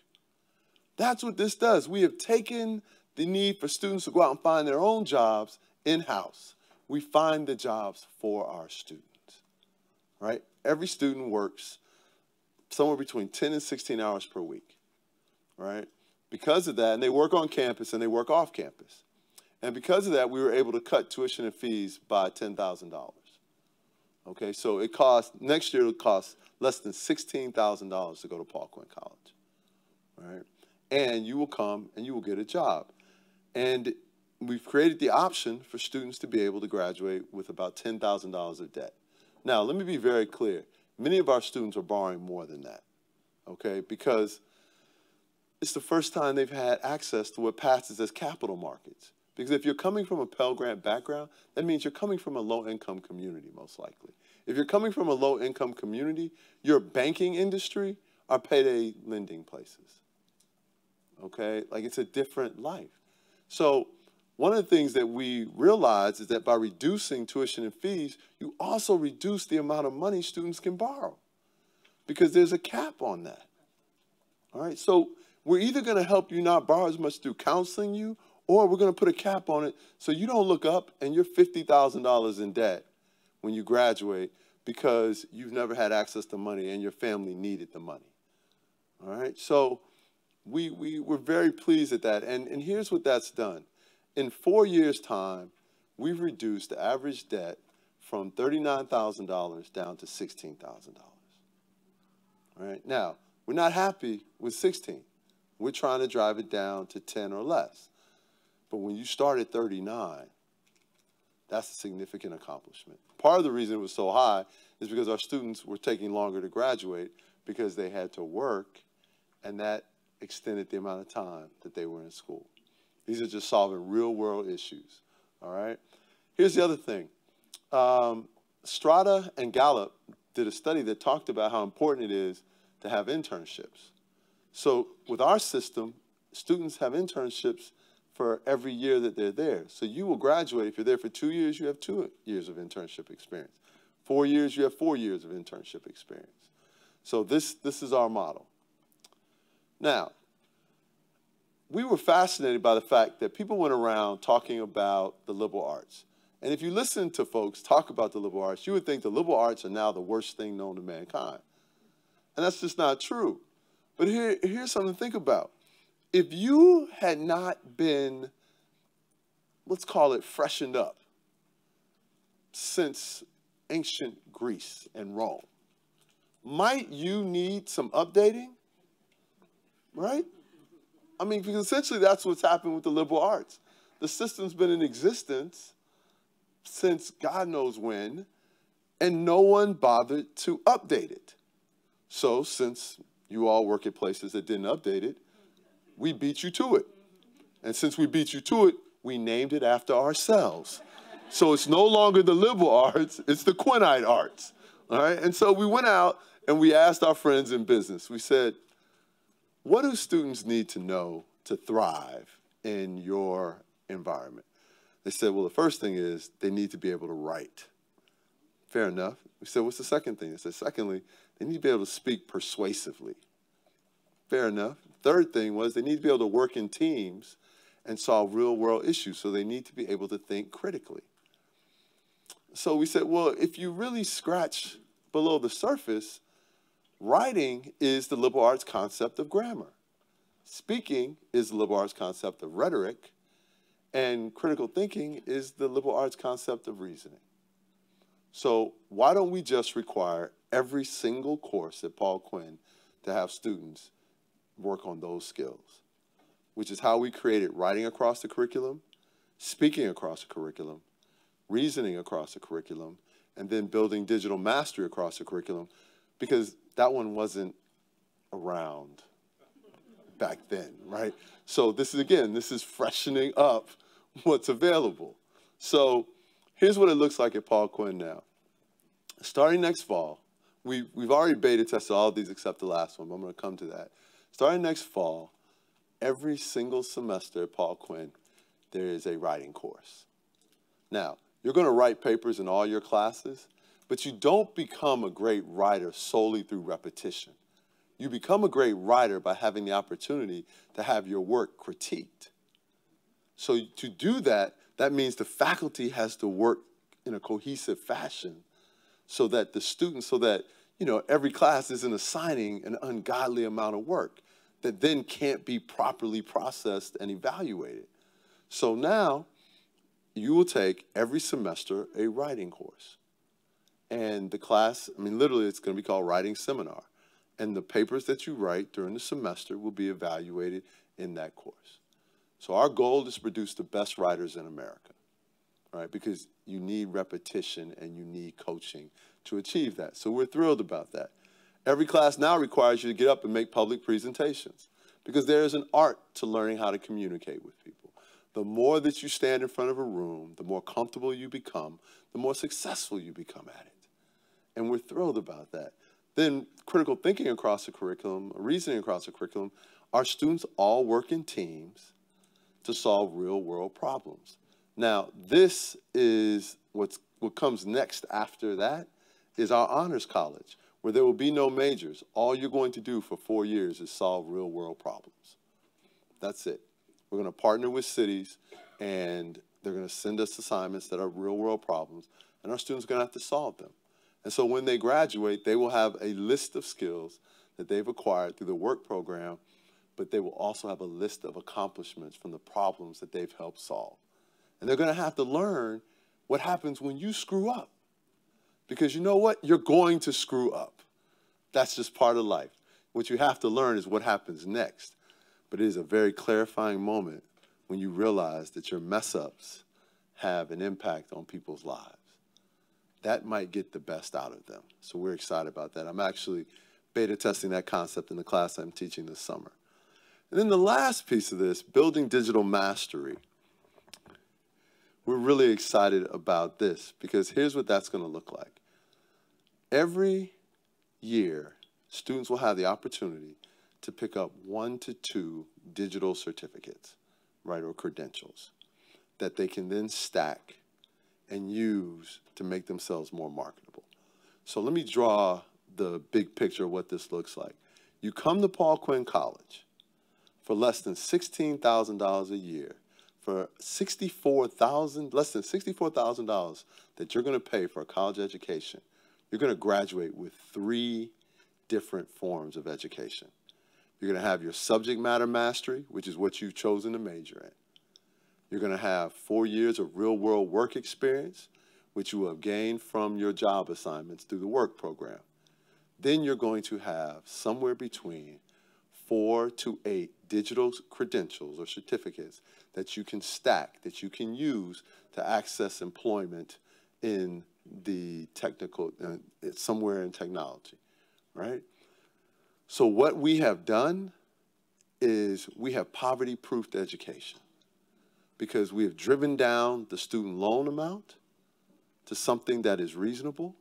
We've given you 3 forms of educational mastery that you can use to access different careers Because let's be honest, you major in something, because half of us majored in stuff, and we got midway through college, and we were like, ugh, I don't want to do, right? And then you sat down with your college counselor, and your college counselor said, well, you said, this is what I really want to do. And they said, it will take you another 4 years to graduate from that. And then you said, I love what I'm doing right now, okay? That's how it works, all right? So why don't we quit acting like we don't know that? So let's let you hedge your bet a little bit.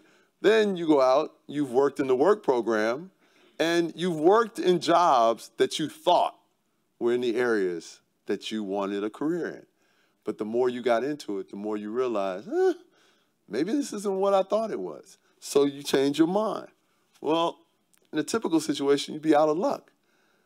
But by having 4 to 8 digital credentials or stackable credentials, you now have the ability to market yourself in a completely different fashion. And here's why this is also important. Many students drop out after their first year of college, and they're left worse off. They borrowed money for that first year, they're confused, they're disillusioned, and parents, families, public policymakers, everybody's questioning whether or not college was worth it for that student. You know what you learn your first year in college at Paul Quinn now? You get a credential in Microsoft Office, right? You become Microsoft Office certified. Do you know you can make $70,000 a year being Microsoft Office certified? Do you know after 1 year of college, we have ended poverty in your family if you have a Microsoft Office credential? So whether you stay with us or not, we have materially improved your life in 1 year of college, okay? That's important, right? That's important. And I had a really funny individual, and by funny, I mean poor lost soul, right?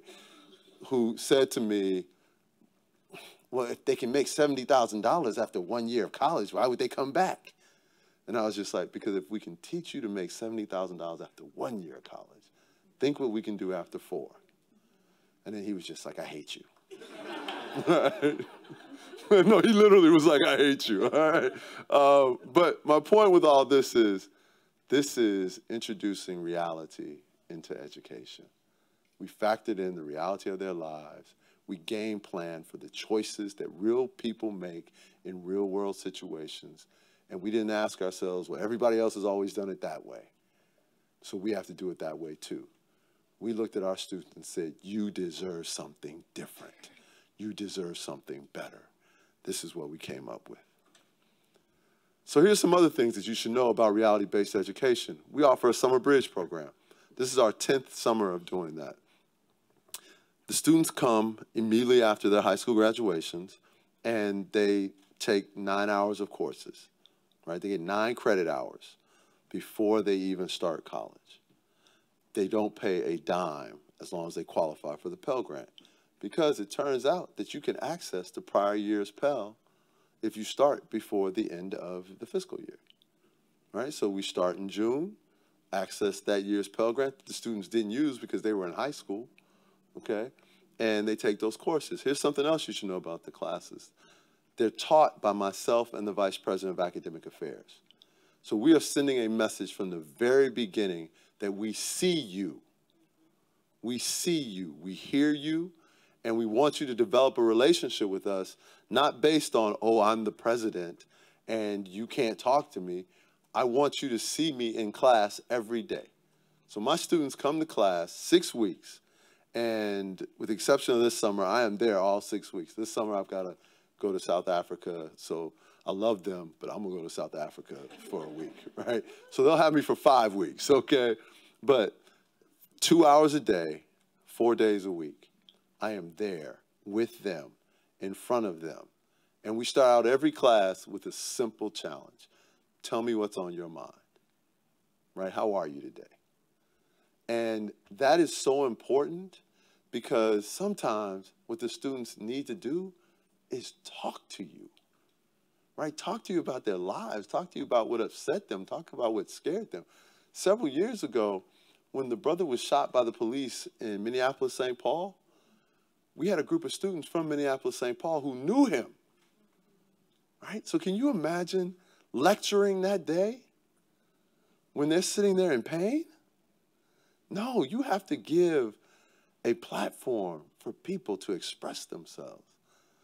Summer Bridge is the single best thing that we do at this college, right? Our data has shown the single greatest predictor of whether or not someone is successful at Paul Quinn is whether or not they attended Summer Bridge, all right? Second thing, we've created a mental health culture. So our students come from the inner cities of this country, which means that they have dealt with violence. They have dealt with trauma of poverty, right? And if you have grown up in poverty, it changes you, it affects you, right? In all the most negative, hurtful, and damaging ways. But there's no real effective mental health programs, by and large, in inner cities, because those things are all the privilege of the privileged. Because they're the ones who get to spend their lives moving in and out of difficult situations easily. They're the ones who have been told, it's okay, it's just an episode. Whereas the children of the poor have been told, well, that's just your uncle. You know, he's not quite right, and we're just going to leave him over there. He didn't have to be left over there. There just wasn't anyone who reached out and got him what he needed. So we do this differently. When you come to Paul Quinn College, you come to Summer Bridge, and Summer Bridge is mandatory, you get a mental health assessment. Everyone gets a mental health assessment because we are leveling the playing field, okay? And then we do town hall meetings. And we have town hall meetings twice a year about mental health. And I chair the first one. And I talk to the students about my struggle that I had with mental health. Because one of the things that they don't know is, 10 years ago, I had a sudden cardiac death episode. And I died and had to be resuscitated. Right? I had a 2% chance of living. And I lived. Now, I don't know about y'all, but if that becomes your reality, that might be a little heavy for you. Okay? You are a hard crowd, right? Like, you all are so well adjusted, okay? So well adjusted. My point is, you have to be honest with people, right? You have to talk about your struggle. Let them know the times that you needed someone to help pull you through. And my wife was like, hey, I think you need to go talk to someone. Because I would get up in the morning and go to work. I would come home. I would put on my, with password pajamas. And I would get in bed, and I was just trying not to die. Right? That's just being the most honest I can be with you. Okay? And my wife was sort of like, right? Which is, you have to have people in your life you trust. Right? You have to have people in your life that you trust. And so we went to counseling. You know, I sat there, and the doctor was like, listen, here's the good news. You're going to be fine. He said, because you came in to talk about this stuff and get some help. So this moment doesn't have to become your lifetime. So I tell my students that story. And then, you know, it turns into, literally everybody starts crying because then they start talking about their stories, and their stories are way more traumatic than my story. But they realize they're in a safe place for the first time to have those conversations. So we have them, right? So we partnered with the University of Texas Southwestern. They came in, their residents did all the mental health treatment of our students for free. Now we've gotten grants where we have that program and 2 full-time counselors on campus. And this is who we are, right? We don't want anyone to feel as if they have to be in the shadows. We created an Office of Prestigious Opportunities. Do you know what that is? That's career development. Right? That's career development because no one tells students that their jobs are prestigious opportunities. They haven't been dealt with that way. So we were like, look, why don't we just hook them up? Tell them it is inevitable that you're going to lead a life of prestigious opportunities. And we're going to use this as a gateway to show you how. All right? Then we revised the academic calendar. We no longer have classes after Thanksgiving. So the semester ends at Thanksgiving because you know what? You know how expensive it is to go home for Thanksgiving and come back? You know how depressing it is not to have the money to go home for Thanksgiving? And to try and pretend like it's okay to go eat at your friend's house because, you know, they can cook and they love you, right? No, why don't we just tell people, you're good, let's go home. So we start the semester a little early. Starting this fall, we now have a travel abroad requirement. For you to graduate from Paul Quinn, you have to travel abroad, right? And we've created different pathways to be able to do that. My favorite is that we now include traveling to reservations as traveling abroad because those are sovereign nations.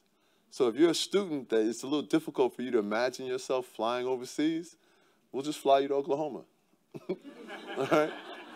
So this is the evidence of our success. 74% of our alumni are employed at graduation. Okay, 100% of the students who participate in the work program are employed at graduation.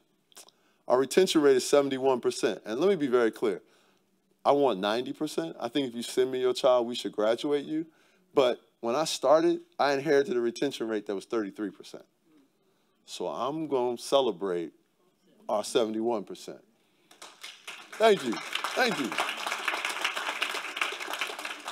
From the moment we dropped down to 151 students, we've had a 250% increase in enrollment. All right, and it would be more than that, except we ran out of housing. We ran out of housing. So we're in the process right now of building our first new building on campus in 40 years. All right, so we're excited about that. Here's our other evidence of our success. We've opened up a second campus. Not only are we in Dallas, but we have PQC Plano, which is fantastic. So we have a group of students who live out there, and we are experimenting with a new campusless campus model. So students get really cool apartments to live in. They go to work. They take their classes in a hybrid model, but we have no physical structures that are permanent. All right, which then we can pass that savings along to the students. It works out beautifully, and by the way, they love it. Here's some other evidence. These are our friends, right? These are our friends. These are people who participate in the work program, who give us money. You will notice these are some of the names you like to have as your friends, right? So we have cool friends too, all right? This is our next. We are scaling. We're in the process right now of working with Boston Consulting Group to create a replication model. Our goal is to create a global network of schools just like this, okay? So we're going to have campusless campus models. We're going to have foundational business partners. Our students are going to work. And then they're going to grow up, be rich and famous, give lots of money back to Paul Quinn College. Okay, God, you all. You know what? I'm done, all right? I'm done. It was wonderful being here with you today. I pray that somewhere along the line you will reflect upon our time together and realize it was amazing. If you do not, I still love you. Thank you very much. Thank you. Thank you. That was amazing. That was amazing. We are so amazed. What you are doing for those students, you are really changing their lives. You are changing the lives of their communities. You are ending poverty, and we are so grateful for your example that you're leading at Paul Quinn, and that slide is gone, but we're excited to see you scaling. That's going to be great. Because you're a scaling partner. We're partners in that. That's right. You know, I know we're out at time, but I don't feel like we can just listen to Dr. Sorrell without offering you a chance to ask him some questions, because you don't get somebody like him in your presence every day. So, Ellie, please forgive me for getting us off schedule, but I do want to just entertain a few questions. Yes, and if you could go to the mic or use my mic for those people who are looking on the webcast. Yeah. Thanks, Loretta Goodwin, American Youth Policy Forum. I was just curious about, you talked about the scaling model right at the end, so do you still envisage the original college continuing into the future? Are you trying to get me fired? No, absolutely, but the other institutions will look different than the original one will, right? I mean, part of the reason why we know that there needs to be a campusless campus model is because of the lessons that we've learned at that original campus. We will evolve the model, but we will never let go of our home base. We love it too much. Who else has a question that I can answer? What does campusless campus mean? Are we talking blended learning or a little more insight into that? Sure, sure. So the first, sure. So the question was, what does campusless campus mean? So here's what it means effectively. Number one, we start from a place of how do we drive down the cost to our students? You drive down costs by lowering your overhead. Okay, so we lower overhead by not building climbing walls and things like that that we don't think students need. Also, it is an acknowledgement that homelessness and housing insecurity is a real issue for our students. And it's not just our students, right? It's students all over the country.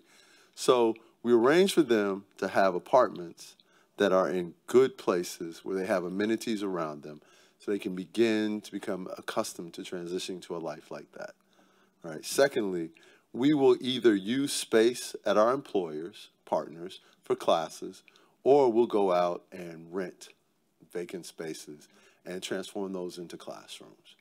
Okay. And then we will go out and create partner by partner opportunities for amenities. It's so much cheaper to partner with the Y or 24-hour fitness than it is to build, a fitness center and have to keep replenishing the fitness center. So it's looking at the, and then, the students are going to work anyway. And by the way, what I forgot to tell you is we don't teach classes every day. Right now, we only have classes Monday, Wednesdays, and some on Friday.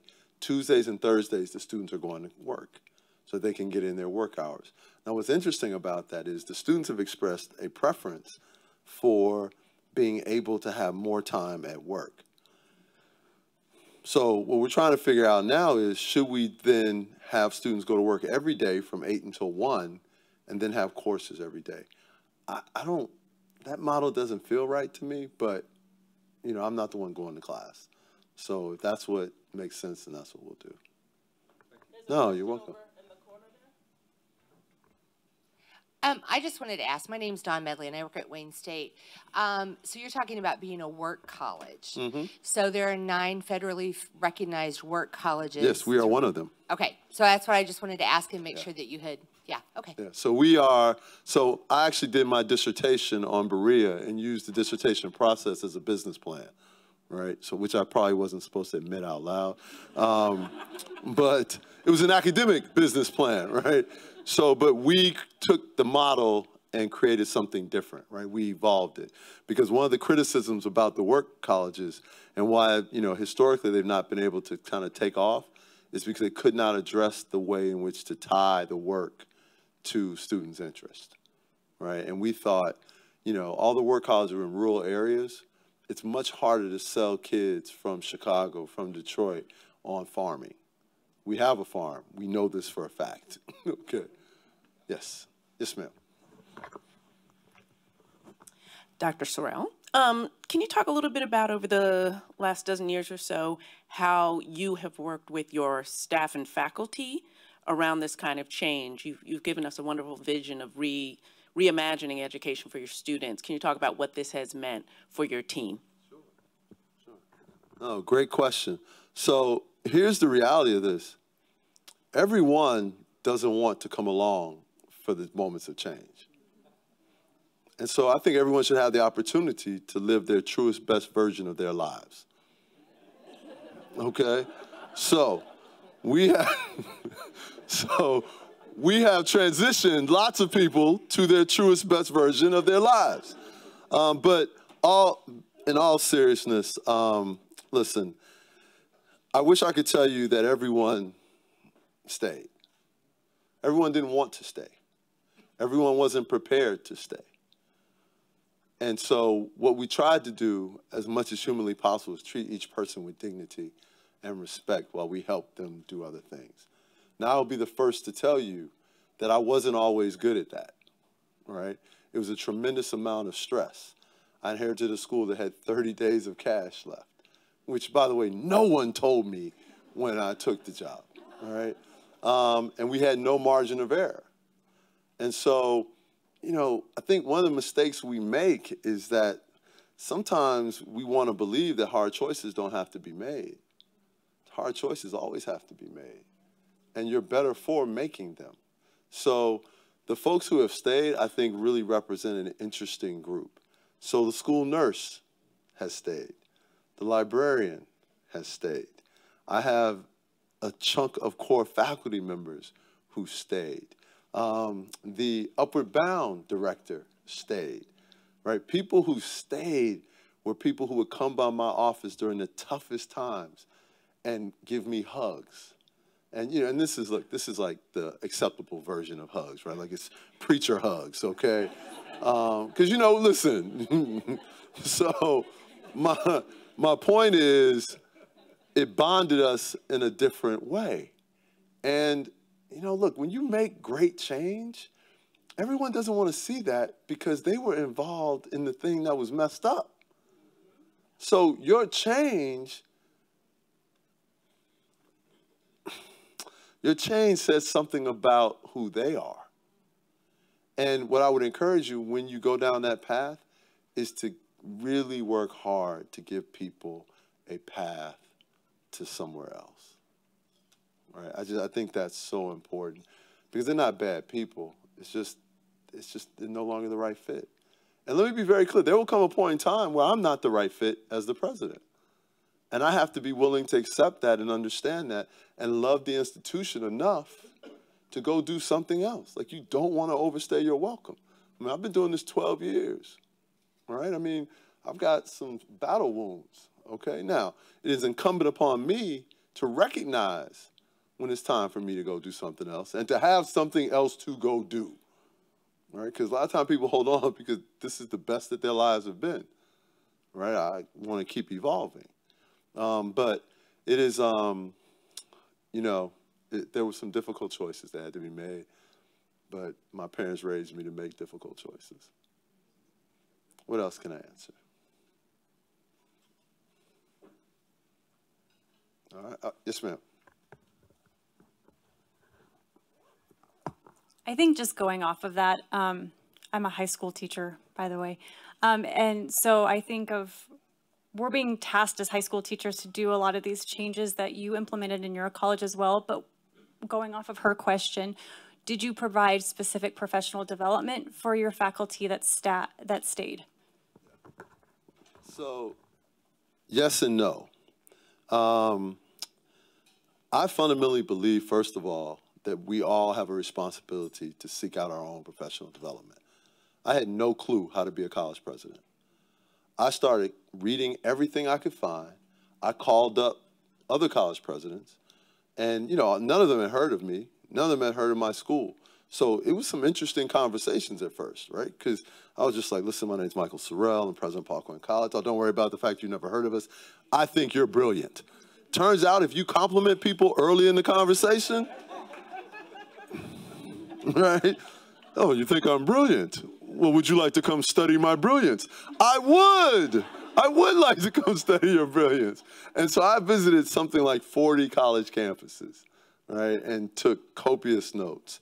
But then we also understood that we absolutely had a responsibility to help people develop in the ways in which we needed them to develop.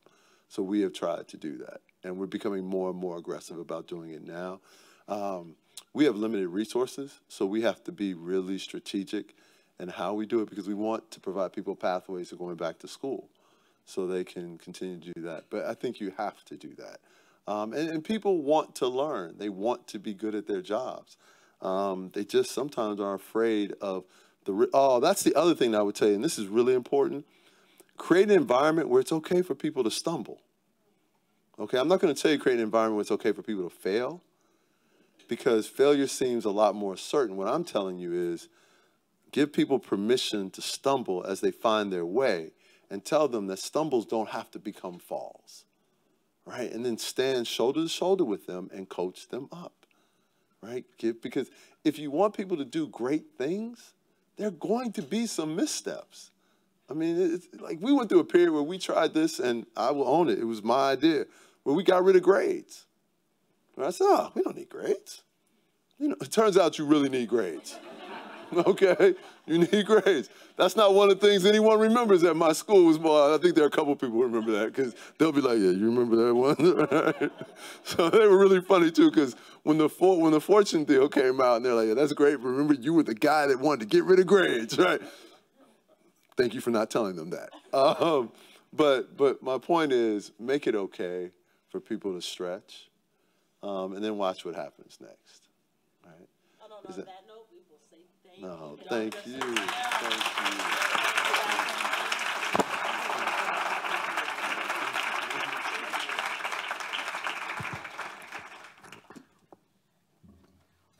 Well, with that, we're going to move right into our next panel, feeling energized and great. And I'm going to introduce our moderator, who is Scott Jasick.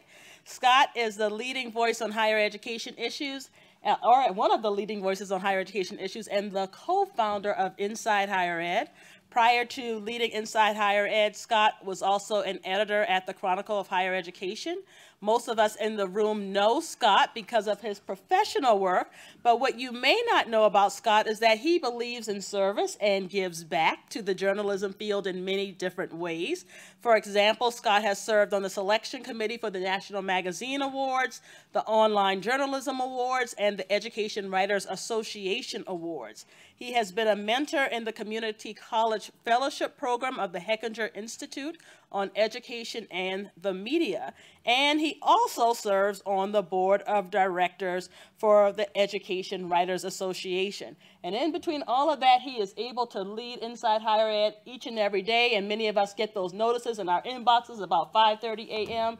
And so we're dependent on you, Scott. But in the meantime, we're going to just welcome you to the panel and ask the panelists to come on up as well. Thank you. Thank you.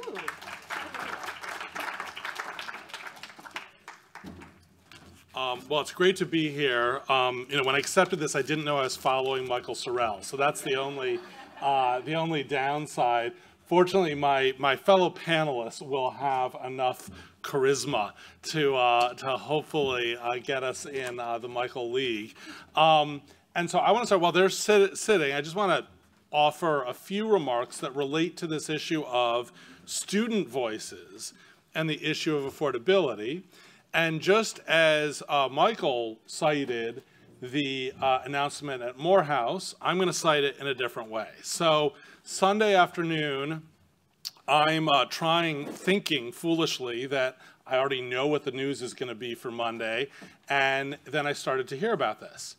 And what was interesting to me was the dual track of discussion on social media. From financial aid experts, possibly from some of you in this room, I was seeing all these tweets about, like, well, does it cover private loans? Does it cover plus loans? What does this mean exactly? Will this be a charitable gift? How will it work? From students, I just saw, yes. They really couldn't have cared less about any of those questions. And then I started to see references to students saying, this is amazing, I have $100,000 in debt. And then the financial aid experts got involved too, and then they were tweeting things like, wait, on College Scorecard, it says the median debt is just $26,000, so how can this be? And it was clear to me that the people tweeting that had no clue that the College Scorecard only covers certain kinds of debt and doesn't tell you the whole picture. And you all, we've got a lot of experts in this room, you know that there are important differences between the debt that counts there, but you know what? To a Morehouse student or to any student, doesn't matter that much. They know what they owe, they know what their debt is going to be. And so that's why I'm so excited about the theme of today's event, looking at student voices and the affordability issue, and why I'm so excited that we have these great panelists. And so we are I'm going to first have each of them briefly introduce themselves. You have their full bios in your program materials, and please take my word for it, they are all incredibly distinguished people. So I'm going to ask them to be brief in sort of introducing themselves, and then I'm going to sit down and we're going to start a discussion. So please, let's say hello. So, am I on here? Can you all hear me? Perfect. Good afternoon. My name is Dr. Stanley Andres. I am a assistant professor at Johns Hopkins University as well as Howard University College of Medicine. My reasoning for being on this panel and the how I fit into this space is I am also a formerly incarcerated individual who has 3 felony convictions. In my early 20s, I was sitting in front of a judge facing 20 years to life in prison. That prosecuting attorney at the time felt that I had no hope for changing the decisions that I had been making up until that point in my early 20s, and thus was pushing for life in prison. Clearly, by the few words that I introduced myself with just a second ago, I would say that I probably changed a little bit from what this prosecutor was prophesizing. And so I was eventually sentenced to 10 years in prison, and I went into prison very much with the idea that I was this career criminal that I was sentenced as, and I felt hopeless. I felt as if there was really nothing left for me. I felt that all that I had was to try and become a better drug dealer, essentially. I was fortunate enough to have this mentor step into my life that saw a different trajectory for me. He saw this potential that I didn't even see in myself at the time, and he started investing in that potential. Along with this mentor stepping into my life, my father, who I had lost contact with due to making all these poor decisions that led to me going to prison, over the course of about 2 years, he went through probably 25 to 30 surgeries, where they began by amputating his toe, then half of his foot, then his entire foot, then half of his other foot, then his entire foot, all the way to the point that he was literally half the man that I knew him to be. And sitting in my prison cell, it was this emotionally devastating roller coaster of hearing from family and expecting the inevitable. And eventually my father lost his battle with type 2 diabetes before I had the chance to reconnect with him. Through these agonizing emotional times, it was also this inspirational period where I knew about type 2 diabetes, but didn't understand how it could take someone to that who was relatively healthy to where he was. So I began becoming interested in diabetes. I read my first scientific article sitting in my prison cell, and if anyone is familiar with scientific articles, they know that every other word is a different language, and dictionaries in prison are useless to that. So this mentor would put money on my books and spend hours going through these articles with me, to the point that he wasn't even, endocrinology was not his specialty, but he took the time to learn about it just so he can help teach me about it.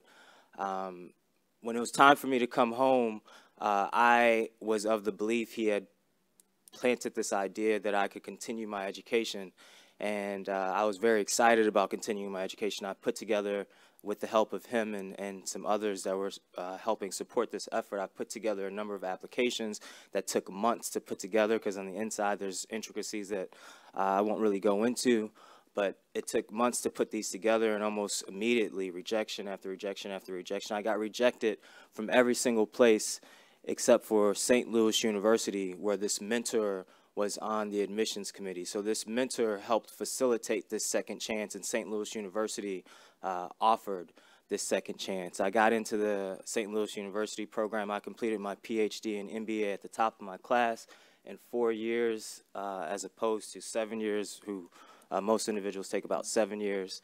And, you know, I mentioned that a lot because it wasn't about that I had this high level of intelligence. It was more so this drive, this hunger and thirst for change, of being this different person.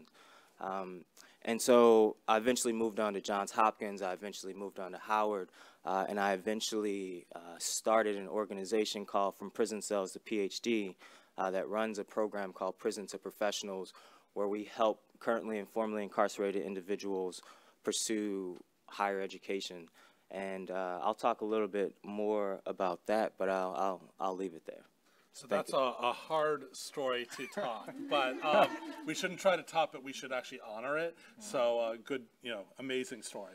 But let's continue down the panel. If we could just briefly introduce yourselves so we can get to the discussion. Sure. I'm Will Del Pilar, and I'm the Vice President for Higher Ed at the Education Trust here in Washington, D.C. And I'll just say briefly, I do this work because I am the student that I advocate for. I'm a first-generation low-income Latino from L.A. who went to a poorly funded K-12, was advised by a counselor not to go to college, didn't go to college, found my way on my own. And so, you know, I tell people that I wasn't given the opportunity to thrive in my educational setting. I was forced to survive my educational setting. And so I do policy work because I believe we should be creating context that allows students to thrive and not survive within educational settings.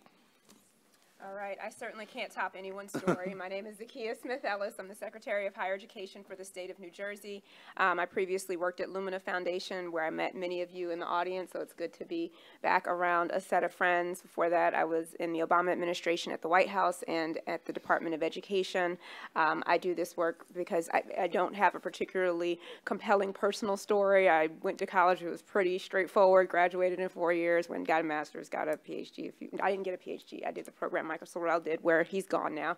Got an EDD, so I bow to those of you who have the real doctorates. And I'm here now. That's a real doctorate. Okay, okay. I'm here now to just share a little bit about this work. But I just will say I grew up outside of Atlanta, and a lot of my classmates did not go to college. I remember Georgia State before it was Georgia State, and none of my classmates that went to Georgia State graduated on time. So I can see the reforms firsthand. And the reason what motivates me to do a lot of this work is because I don't feel like I'm any more smart or brilliant than any of those other students, but I just had parents, I had a support system, and I try to be humble enough to realize that I'm not as brilliant as sometimes people make you out to be. It's just that you had a set of support. So I want to make sure every person has that set of supports, because we are wasting an enormous amount of potential in this country by not setting people up for success. Well, and I have to share one important fact about Zakiya, yes. which is now she's quoted all over the place. I quoted her when she was an undergraduate. So before the New York Times was it was my first quote ever in a well, other than the Vanderbilt Hustler, yeah, you were my first quote. I'm very proud of that fact. My grandmother reminded me of that. She said, I read Inside Higher Ed, and you were over in London, and you were talking to these stupid reporters instead of covering your head, because they were bombing in London at the time that I was talking to Scott. But yes.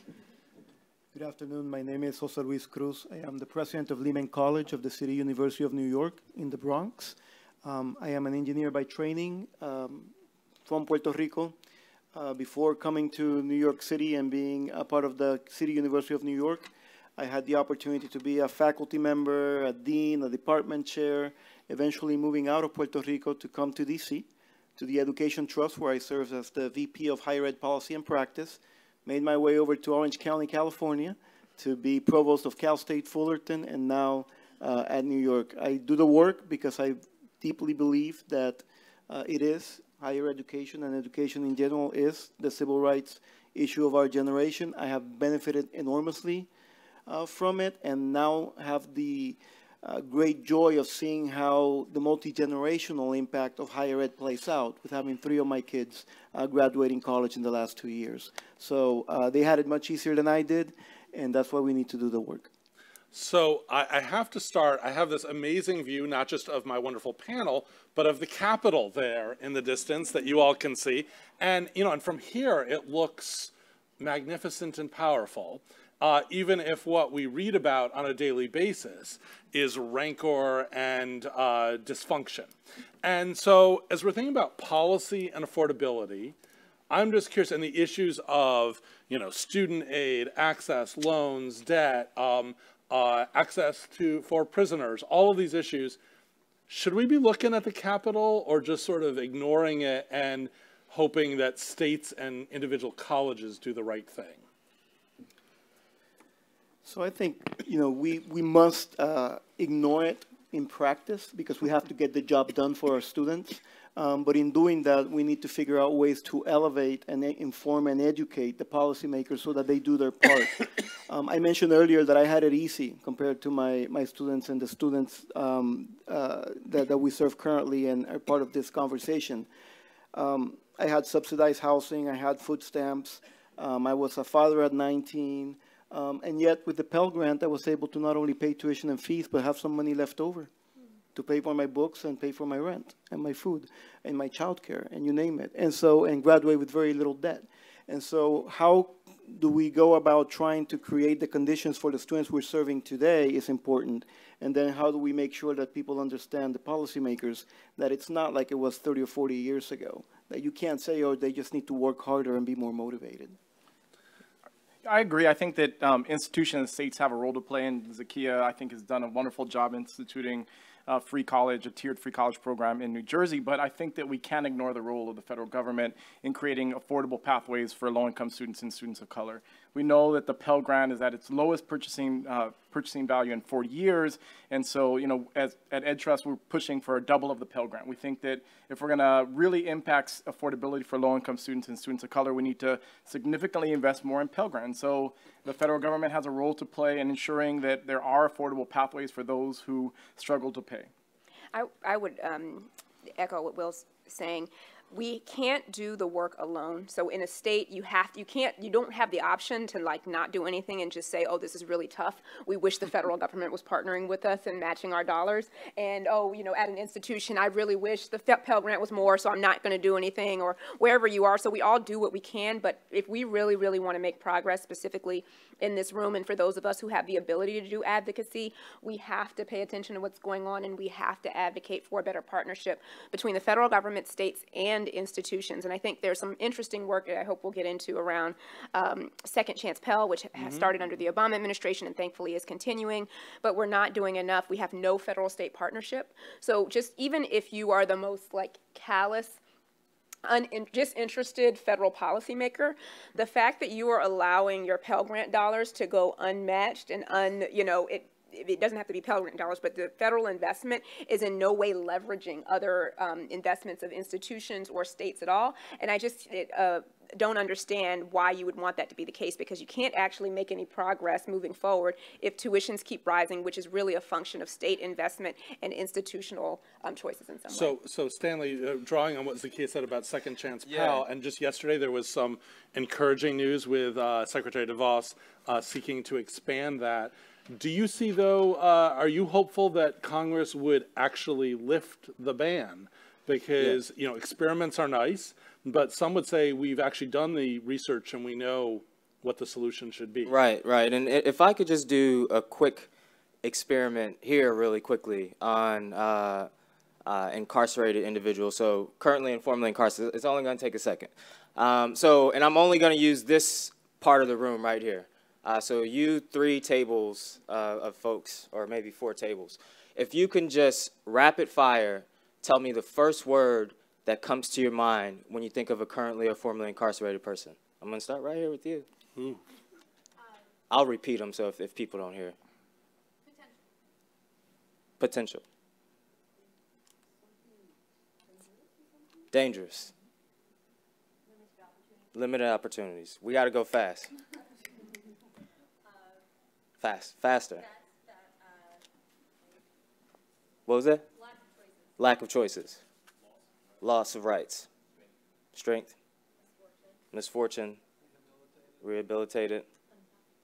Untapped potential. Not rehabilitated. Here in the back. Okay, we'll skip. Danger of recidivism. We'll go up to here. Why? Tainted. Randomness. Okay. So those were, you know, I've done this experiment before, and roughly about 70% of the responses, if they're truly like first thought responses, are generally negative thoughts or negative words. So that is kind of what our organization does. One of the first things that we do is we seek to help increase access to education for currently and formerly incarcerated individuals by advocacy, policy change, and direct services. But one of the things that we do in all of those is helping change the narrative. We actually just put out a video, promotional video to help change that narrative. But, you know, to move back to the question, so I think that's one of the first things that needs to be done, is helping to change the narrative around what it is to be currently or formerly incarcerated person, and to use proper language. People centered language and move away from inmate, offender, prisoner, ex-con, things of that nature. We call the people in our program scholars. So we are on the horizon of some really positive policies that are being put forth. So the ban of the Pell Grants, eligibility for people who are incarcerated. There's a bill that was recently put forth by Senator Schatz from Hawaii.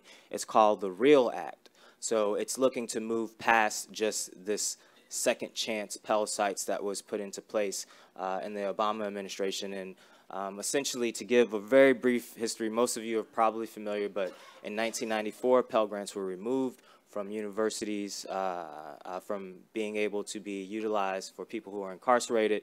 This resulted in several hundred colleges who were offering programs inside prisons to literally going down to a dozen or so. So thousands of people who were incarcerated were impacted overnight.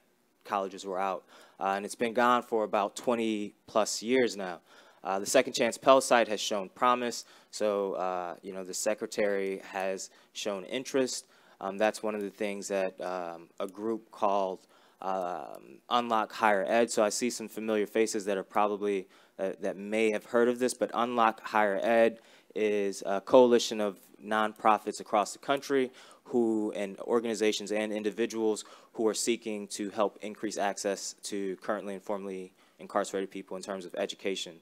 And I can talk more about some of the other bills that are in place that we're working on, but to answer that question particularly about Pell Grants, so this bill was introduced last year. It didn't go very far last year. It only had, so we didn't have Republican co-sponsor. This year, we have a Republican co-sponsor, and we've spoken to a number of different offices. A lot of them were enthusiastic about this. The thing about criminal justice, as we know, as we're on the heels of the First Step Act, a lot of the bills that I'll talk about are considered to be the Second Step Act, but we're on the heels of the First Step Act, where it was this agreement on both sides that we need to do something. So now we have some other Republican offices that may be interested, and I can definitely talk more about that. But to answer your question, we are very hopeful that maybe this year, this could be the year, given that we now have some support from both sides. So I want to move beyond just the Pell for formerly incarcerated or currently incarcerated. And, you know, when we have affordability is sort of the headline for this panel and relates to the entire program. And these days, affordability, to a lot of people, they go from affordability to free college. And we are fortunate on this panel to have a distinguished New Yorker and a distinguished adopted New Jerseyan. New York has pioneered Governor Cuomo's Excelsior, which offers free tuition to SUNY and CUNY 2-year and 4-year institutions, and was sort of a big, bold push, sort of shocking to many people how much he got through at once. New Jersey seems to be taking more of a, and we'll see if Zakiya may disagree, but seems to be taking a slow and steady approach rather than trying to change the world overnight. Interestingly, I'm hearing some people who think that's the smarter way to go. But I wonder if each of you could talk about your state's approach to free college and how it's going. We'll start with... So I'll start. I mean, so I would make a distinction between, there's a bunch of different things called free college, as you all know here. This is the room of wonks. So you all know that there are a variety of different things called free college. What I would just point out is, to Scott's point, students hear that, and it's very promising, because the alternative message that we give them, to students, is fill out the FAFSA and hope it's enough.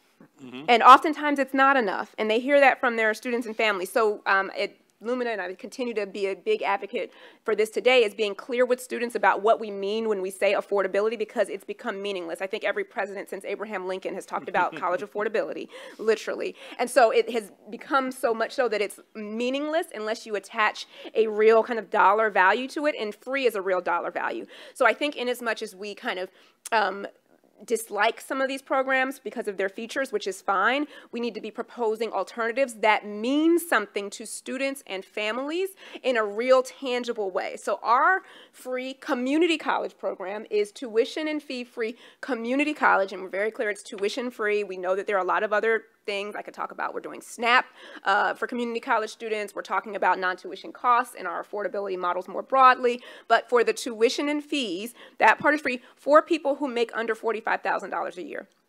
And so it is a targeted within free. Now, $45,000 a year in New Jersey is not a lot. The median family income is upwards of $70,000. And so it's an expensive place to live. So the number one thing we get is like, that's nothing. Those people aren't already going for free. And it's like, unfortunately not. So that's what we're doing. We think it, I would just argue that I do think it is transformative in what we're doing. So the governor wanted to make community college tuition free for everyone, and what we had enough money to do was to make it tuition free for people under $45,000 for some students in the first year. Because we got a pilot, we didn't get as much money as you want. This is incrementalism, it's legislative negotiating, but the vision is tuition free community college. We implemented it with $45,000 and under. I'm very hopeful that, and I saw one of our community, I just have to shout out because we have a community college friend here from Raritan Valley Community College that has a second chance Pell program.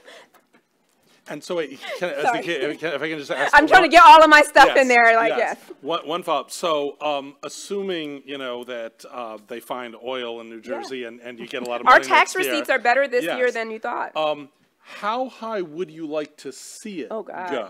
Well, versus at what point does I will just say that the original vision from the governor was, I mean, when he campaigned and we talked about this, he talked about community college being the new frontier. We are literally telling people that they need to have some kind of post-secondary education in order for them to make it in America. And this is where I would say, you know, if we are really telling people that you have to have a college degree of some sort in order to like pay for yourself and just to live and to have a family sustaining wage, and that this is the bare minimum, I think there's a moral question about why we would charge for that at all. So I understand, like, in limited, you know, when you have limited resources, or his belief, and therefore my belief, is that community college should be tuition free for everyone because it is something that is kind of like a moral right. And we don't talk, he talks about it in the same way. A generation ago, we made high schools free. We used to charge for them and give like scholarships to special needy kids that could get in. And we're just talking about moving that up to say community college. And I really think the distinction here between community college and everyone else is important to make. And even if, so 70% of those students are already going for free in New Jersey, but we just had a roundtable. We've been going around the state talking to students, so I love this. There was a student who probably would have gone tuition free already. There are many students like this, but they didn't know. Because what do we tell them? Well, we don't say it's tuition free. We say, fill out the FAFSA. It really helps. You know, and like, and that you still have to fill out the FAFSA, but we don't say fill out the FAFSA and it'll be free. That's a big difference in our message. I would just say, everybody right now, figure out who community college is already tuition free for and just tell them. Just tell them. I really don't understand. Why don't we want to tell people that I like, this is the part that I can't understand. Even if the program costed us $0, we should do it anyway, because you're going around founding students who said, oh, there was an adult student, a woman who was like, yeah, I've always wanted to go back to school. I never knew that I could get my tuition covered. I saw a flyer, and we didn't even have a lot of money for marketing. Like, I've got team members over there. We like paid somebody a little bit to put something online, but people were getting the message and said, I thought it was too good to be true. I filled it out, and then my bill was paid. So this is like, the messaging is transformative to people, and that's why we're doing it, even if we have to start here. If we were able to say, we didn't have the income cap, because the hard thing is I make $46,000 a year. My parents are teachers. They don't have any money. What are you doing for me? And that's heartbreaking. So we wish it wasn't, we didn't have an income cap at all. But if we had to go with having some other kind of weird thing, it's not just full-time students. So if we had to like limit it in some way, we would rather income limit it than, you know, add some ridiculous thing like a drug test or I don't know, you know, just some of this GPA, that kind of stuff. So shifting to New York, and it's important to note that in New York, it's not just community colleges, but four-year publics. And it's also important to note New York has a much higher income threshold. New York City and its immediate suburbs are, like New Jersey, very expensive to live in. Not all of New York State is. And while the CUNY institutions, like the one we have represented here, do not serve a lot of wealthy families, some SUNYs do. So how does it look to you from Sure. So the Excelsior program is a last dollar program. So it's tuition free, but basically the way it works is it will first deduct how much you're getting from Pell, and then how much you're getting from an existing long-standing program in New York called the Tuition Assistance Program, TAP, and then whatever's left over between what you're already getting and also private scholarships and the tuition and fees bill, the Excelsior program will come in. And it's really come to fill a niche within the portfolio of financial aid. It's really targeting middle-class students, particularly. And that's how they marketed it. I'm sorry? They marketed it for middle-class. As middle-class students. Now, the real issue, and when you were talking earlier about how do we need to get policymakers better connected with the reality in the ground, is that when people talk about free college or tuition free, for schools like CUNY and many schools across the country that serve state, regional colleges and universities, regional colleges and universities, it's not the tuition and fees that's really breaking our students. Mm-hmm. It's the room and board and transportation. And so how do we take care of the total cost of attendance for our students so that they can be successful? One of the biggest stories out of CUNY in terms of how we've been able to help students to graduate on time with high graduation rates is the ASAP program.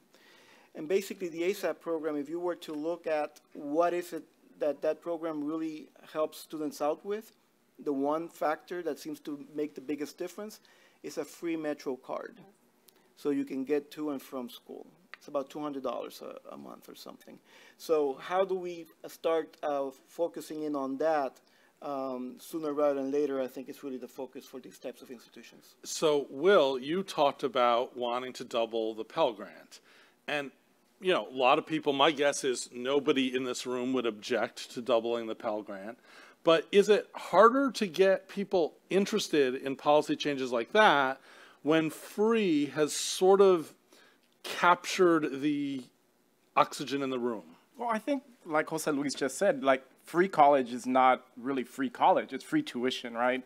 And so you still have all of these other costs associated with going to college that students are on the hook for once they go to these programs. Additionally, the design matters so much of these programs. So, you know, last dollar programs don't benefit overwhelmingly poor students because they're covered by the Pell Grant. And so those dollars are going to middle and upper income students, and they're not going to low income students. So if we want to cover costs beyond tuition and fees, we need to increase the Pell Grant in order to be able to do that. You know, design, like I said, matters. When you create these type of scholarship program like Excelsior that has limitation, a limitation in terms of the number of credits you have to be enrolled in, that hurts students who have to work part-time. When you create programs that have a GPA requirement, you're taking students out, you're weeding students out of those type of programs. And so we think that the best way to really make college affordable for students is invest more in the federal Pell Grant in order to cut students' costs and let those dollars be applied towards costs that are beyond tuition only. Do you worry at all in the first budget of the Obama administration, they got through a nice, healthy increase in Pell, and then if memory serves, and Zakia may have seen some of this closer up than I, they felt that the big beneficiaries were for-profits. Do you worry that with a big Pell increase, if not accompanied by other changes, you may not benefit those you are most concerned about? Well, I think in a comprehensive reauthorization of the Higher Ed Act, we would address some forms of we need to maintain and strengthen accountability. And so we cannot create pathways, and that includes in Second Chance Pell. We have to ensure that there are quality guardrails in place so that the institutions that are receiving federal dollars are held to some sort of standard. And so I would say that we need to ensure that there's some form of accountability that looks at institutional mission and considers a type of institution that students are not only enrolling but graduating. And so I think that it's an important factor for us to consider is what does equity-focused accountability look like? And how do we do that in a thoughtful and meaningful way to ensure that students aren't being taken advantage of, and that could be students who are impacted by the criminal justice system or a student who's enrolling at a local institution because most students go to college within 40 miles of their home. So, Zakia, I want to just return to New Jersey for a minute because not only Excelsior, but some of the other state programs have minimum credit per semester requirements. That was controversial in New York State. What's New Jersey's approach on that? So our tuition-free program, which I will say I think is the best program, is does not. It has a 6 credit. You have to be at least half-time, but that allows students who are not going full-time to also attend, which we thought was really important. It allows independent students. So it is basically like an adult promise and a promise program rolled into one, except we don't call it either. We call it an opportunity grant. And so, you know, adult students can benefit just like students coming straight from high school. And I will say that message with those kinds of protections helps. But can I just, on Pell, what happened when I was there, and there's some other folks in the room who I think lived through this as well, it wasn't just the accountability piece, but also just the cost of offering a quasi-entitlement kind of ballooned, and so then we had to kind of dial back because there wasn't the political will to go even further, and into making it a real entitlement and a mandatory program, and I don't know if that's kind of back on the table. But the other thing that happened, and I don't know if this is talked about as publicly, but so just back to 2000, what year was it? Like 2010, the government almost shut down. This was when John Boehner was speaker, and there was a real fight over what to do coming out of the recession, and there was a real fight over, you know, deficit spending and all of this stuff, and it was very, very, very, very contentious. And Joe Biden went in, and like it was like a kumbaya moment, or not really kumbaya. And out of that, they still increased Pell. Having said that, so like, but all of this political capital went into there. Like President Obama personally was like, you know, pleading for Pell, and low-income students at community colleges, I think their net price maybe went down a little bit, but in general, it didn't. I mean, literally, President Obama was like, I did all this stuff, and students basically are paying the same amount.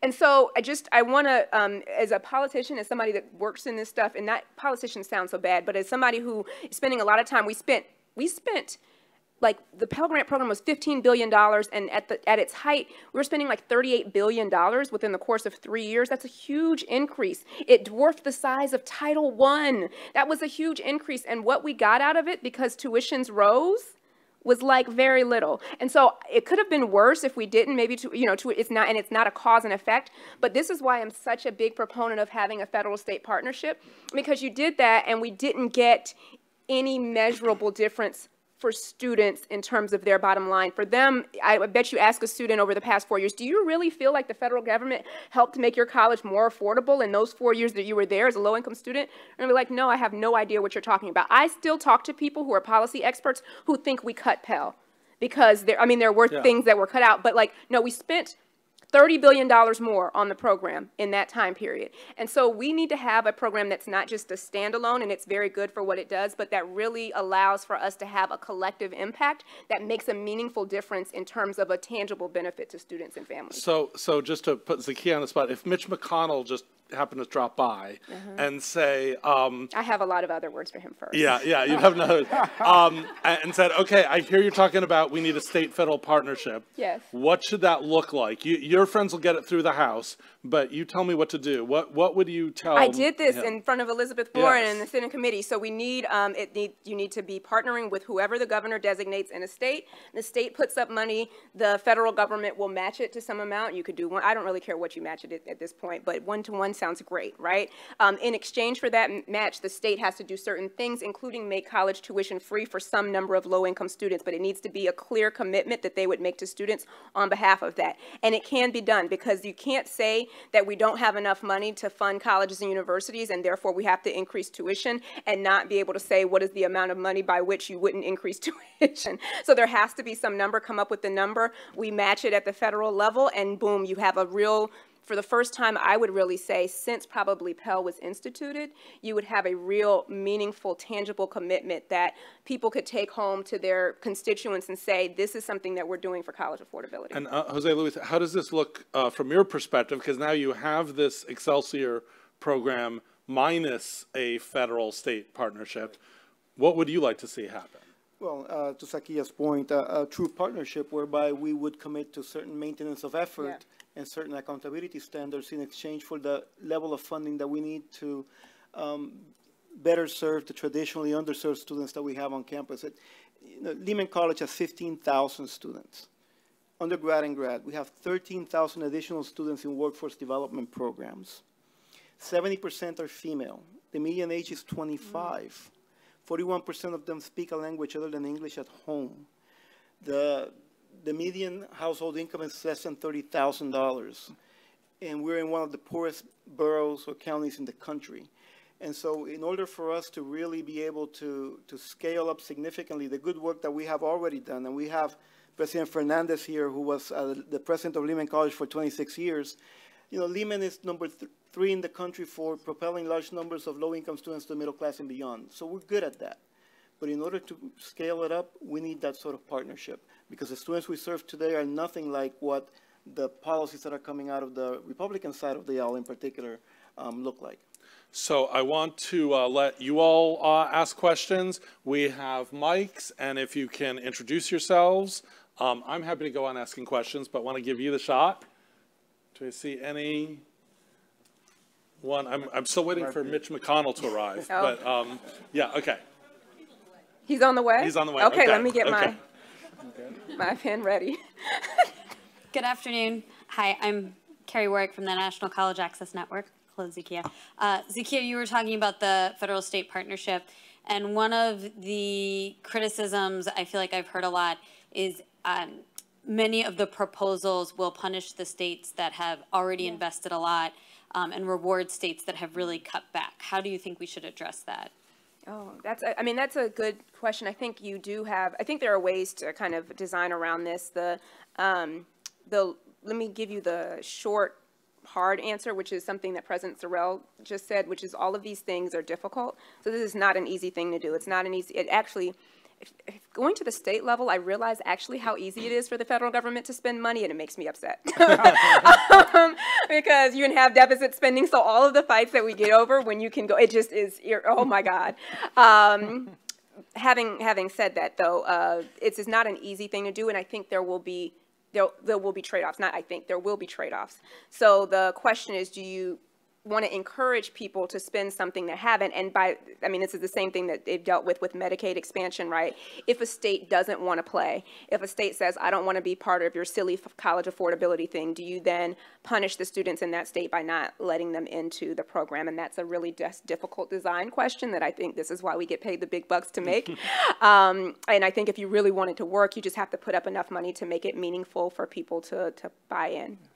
Can I kind of jump in? Because I think one of the concerns is that you have to have some type of a minimum level of investment from states. And so there are states currently that don't invest hardly anything in higher education, like Vermont comes to mind, New Hampshire, where they do very little in terms of state investment. So you create some minimum level of participation. But the concern is if you do that, that states, and we saw this with the College Access Challenge Grant, right? They created a maintenance of effort that required a minimum level of spending, and you had to have at least your 2004 level of spending.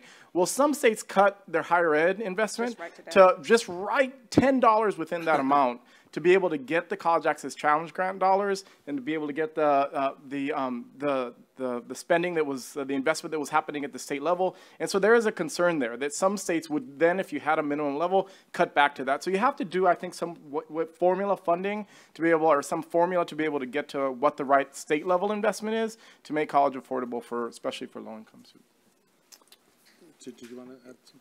Yeah, I wanted to add just a few numbers that addresses kind of all of the questions. So as we think about college affordability and affordability for low-income students, particularly people of color, I really want to throw out the statistics of the people that we're really talking about are people who have been impacted by the system.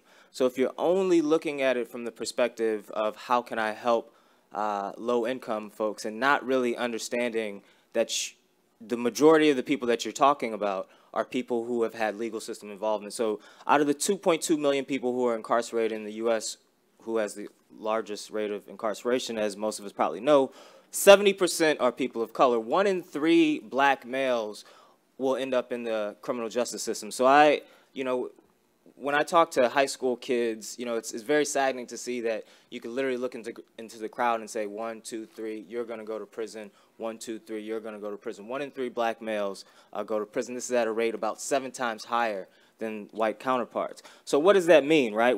So what that means is another very dismal statistic is that 66% of people with some form of legal system involvement with the conviction on their record, 66% of people, when they see the question on an application asking about criminal history, they don't end up completing the application.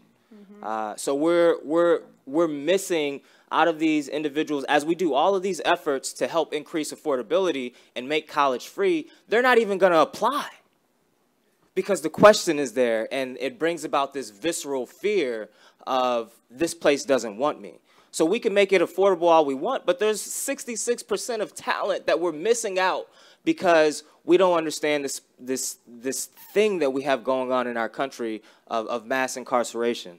Another statistic that I want to point out is that depending on how you calculate it, anywhere from 60 to 70% of people that step out of prison, whether you're calculating it to be 3 or 5 year, whether it's state or federal, 60 to 70% people that step out will eventually step back into prison. So the recidivism rate floats. It varies. You'll see various different rates, right? I'll just say it's high, right? If that person steps foot on a college campus, they don't even get a college degree. They just go to college, get some college, it drops it down into the teens. If that person gets an associate's degree, it drops it down to 15%. If that person gets a bachelor's degree, it drops it down to 5%. If that person gets a master's degree or higher, it essentially eliminates the possibility of that person going back to prison. If we view it in this way, this is public safety, right? People are not, this is reducing the rate of people going back, reducing the rate of people recommitting crimes. The other stat that I wanted to throw out is that thinking about these types of questions as incarceration being tangled into them, the cost that it is to incarcerate someone for 1 year is 5 times more costly than it is to send that person to a 4-year college for 1 year. We need to be seeing this as an opportunity to invest in the individuals that we're talking about are people who are involved in the legal system. So, you know, there are some of the key bills that I mentioned aside from the Pell Grant. There's efforts, you know, again, so Unlock Higher Ed is working at the state and federal level to ban the box. The Department of Education during the Obama administration came out with a publication called Beyond the Box that gave some information on how to handle legal system involvement. So there's state and federal efforts. There's a bill called Beyond the Box. It's Senate 3435.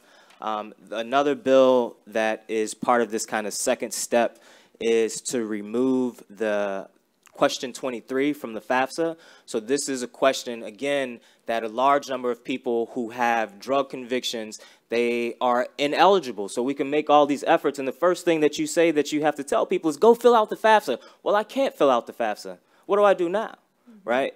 And that's a large percent of people. So if we are not looking at this in that manner, we're doing all the work and we're missing a large population of the people that we're intending to help. Well, and it may also be worth thinking about that there are other groups. Dreamers would be the most obvious, but I don't think they're the only ones who are not feeling safe and secure to apply these days. So that same idea of it's one thing to say we're welcome, another. So I will just say 2 things about this. We just, if he hasn't signed it yet, I'm looking at Dylan. No, he hasn't signed it yet, but we did in the governor's budget.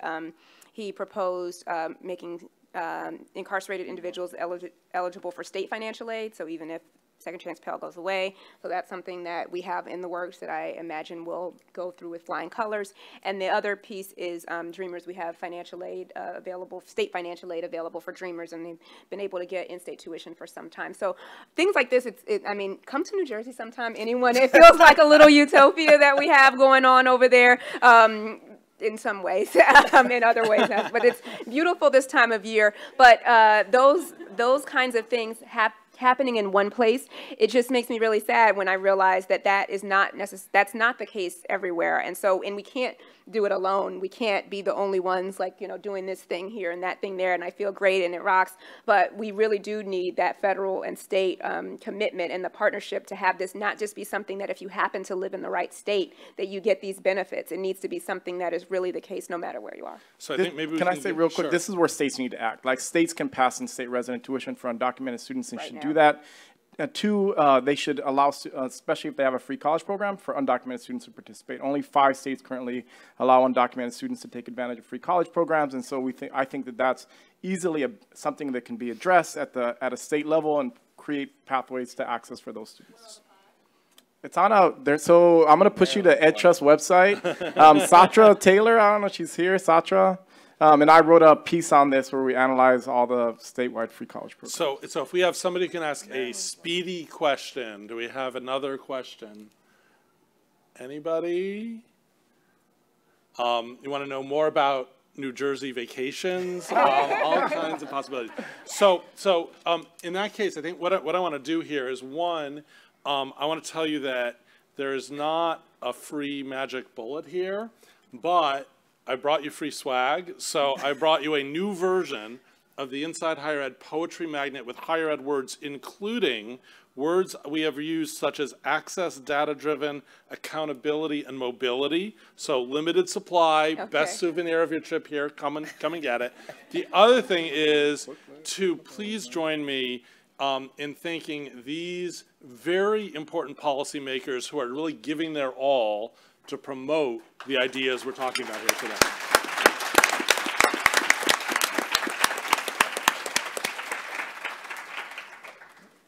I want to go to New Jersey.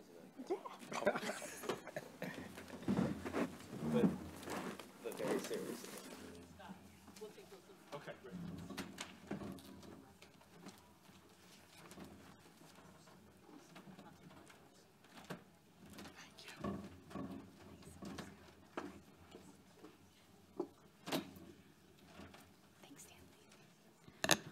Wow, well, thank you to Scott and to all of our panelists on this panel and our panelists throughout today. The full conversation today, I think we've heard a lot of passion. We have heard fire from many of our speakers today and a lot of enthusiasm. I think back to the panel this morning and hearing from our students and all of the great sacrifices that they're making in order to make college a reality for themselves. And then think about Dr. Sorrell's comments as he was saying they shouldn't have to. They shouldn't have to make this level of sacrifice in order to get a college education, especially low-income students and students of color who are facing so many barriers to that education. So I am definitely going to leave today feeling energized from the conversations today with our students and with our experts, energized to go find ways to make sure that higher education can be the greatest engine and vehicle for racial and socioeconomic justice as it possibly can be. And that means making systemic and structural changes to our system. And it's been really helpful to hear from all of you today about ways that we can do that and ways to really amp us all up to do that. We are not finished, though. We have one more illustrious speaker joining the conversation who will bring it home for us and leave us with additional energy as we leave the conversation. I am pleased to introduce Rob Anderson, the president of the State Higher Education Executive Officers Association, or SHEO. He is an expert in higher education policy, especially around issues of college affordability, and he's been a leader in the field of higher education through a number of different states. He has been in leadership positions in both the University System of Georgia, the West Virginia Higher Education Policy Commission, and the Tennessee Higher Education Commission. And most importantly, he is IHEP's board chair and has the distinguished role of leading us as IHEP through the work that we do. So without further ado, I'd like to turn it over to Rob to close out our discussion today.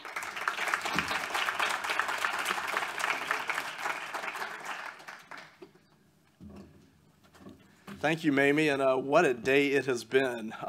It was a true honor to be here. I live in Colorado. That's where I hang my hat at night, and it's interesting flying in last night to the humidity and call home this morning and there's 4 inches of fresh snow on the ground. So quite a difference between the two. But I've been inspired being here today. I've been challenged. I've been reminded of what, when I got into this business, I was called to do and what we're all called to do. First, I'd like to follow up on Michelle's comments earlier in thanking Lumina Foundation for their support of this work. Is there anybody remaining from Lumina? I think Danette had to hit the road. Maybe Wayne did as well. So, but both of them to be here, to be on the program. It's an organization that not only talks the talk, but they walk the walk, and their funding of this important work is greatly appreciated. They work behind the scenes and share their expertise. They support this critical work.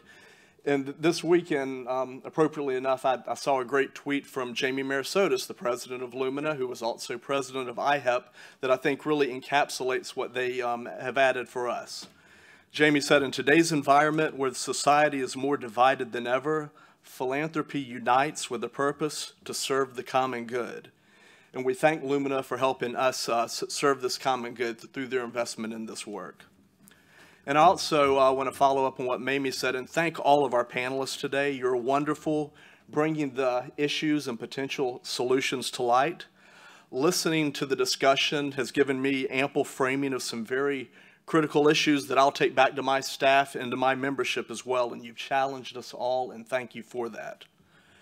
I said at the beginning of my comments that I've been inspired. I've been inspired by the voices that we have heard today, by the truth that has been spoken to both the status quo and to authority, challenging it in appropriate ways. And I've been particularly inspired by the courage of the students who have joined us here today. So if you're a student who was on a panel or you're attending today, could you please stand and be recognized? Yeah, or a recent graduate, yes, absolutely. We thank all of you for joining us. I appreciate your determination, your passion, and your willingness to use this experience to educate us all. You must be a voice at this table. We often speak of you as future leaders when the truth is you are leading right now, and thank you for being here. While as a part of this discussion, there's been a clear acknowledgement of the opportunity that the current financial aid system has provided, we have also been given this firsthand glimpse at all that so many students must overcome in an effort to further their education. Your strength and your perseverance are traits that I will take home with me today. It has rekindled something within me and reminded me that student voices should and must be at the center of our conversations regarding higher education policy and equity. Second, I stated that I've learned. What have I learned? I've learned to better contextualize potential policy solutions and their ramifications on the lives of actual students. It's easy to fall into a fallacy of working with a national group, of thinking of policy solutions in an abstract manner as if we're dealing with widgets. And if I pull a lever or add a process, the system will become more efficient. The reality is we don't educate and graduate summary statistics. We come alongside students to meet them where they are. We're called to learn where the current structures are failing, both academically and in regard to today's conversation financially. We're to advocate for and make the necessary changes so that we can better serve all of our students. I currently work at the State Higher Education Executive Officers Association, and we regularly bring state teams together for conversations around a variety of policy issues. And we usually end our convenings with me asking in some form or fashion, what have you learned and how will it impact your life when you get back home? And that's what I want to leave you with here today. What have you learned and how will this knowledge impact your actions when you return home? I ask that you please carefully consider what you can do to advance policies that address college affordability challenges faced by today's students. It's not enough to give an amen from the choir. We as a people are called to action. We're called to effectuate change. How will you be a change agent? I'm also fortunate here to work with the good staff at Lumina. Jose Luis, who is here and just presented, a fellow board member, and we're so appreciative of Michelle and the whole team and all that you do. So if you work for IHEP, could you please stand so we can acknowledge you and thank you for today's convening? A lot of our staff is here today. Thank you so much. Ellie and Amanda were thanked for their hard work on this, as well as Nio, and also Catherine did a great deal when it came to communication and disseminating those messages, so thank you so much. So just as we finish, a few things that IHEP is working on right now. This summer, they'll be releasing a report that examines affordability at our nation's public flagship institutions, using net price estimates for students from different socioeconomic backgrounds. And as you might realize, you know, there are enormous affordability gaps when it comes to the wealthiest students and everyone else. So look for that report this summer. We also continue with our Degrees When Due work, and IHEP is currently accepting applications for the second cohort of Degrees When Due schools, which will be announced midsummer. We're also engaged in research within higher education and prison programs and promoting successful reentry and post-release outcomes among incarcerated students. And as you might have heard this week, we're heavily involved with a new project involving the Bill and Melinda Gates Foundation to convene the Commission on the Value of Post-Secondary Education. And by mid-2020, the Commission will propose a definition of college value to guide institutional improvement efforts, create a measurement framework, and also issue a set of recommendations forward. And IHEP will be at the center of all this work. While there's much to be done, don't be overwhelmed, but be heartened by the great work and the great research that is taking place. Let's lift our voices and demand better structures and adequate resources for all of our students. The reality is that there's no better investment for our nation to take than in our students, than in our future workforce, than in fulfilling the dreams of all those who want something better for their lives. I look forward to working alongside you to ensure that that we have a better and more just future moving forward. And so once again, thank you very much for your attendance and participation, and I wish you safe travels going home. Thank you so much.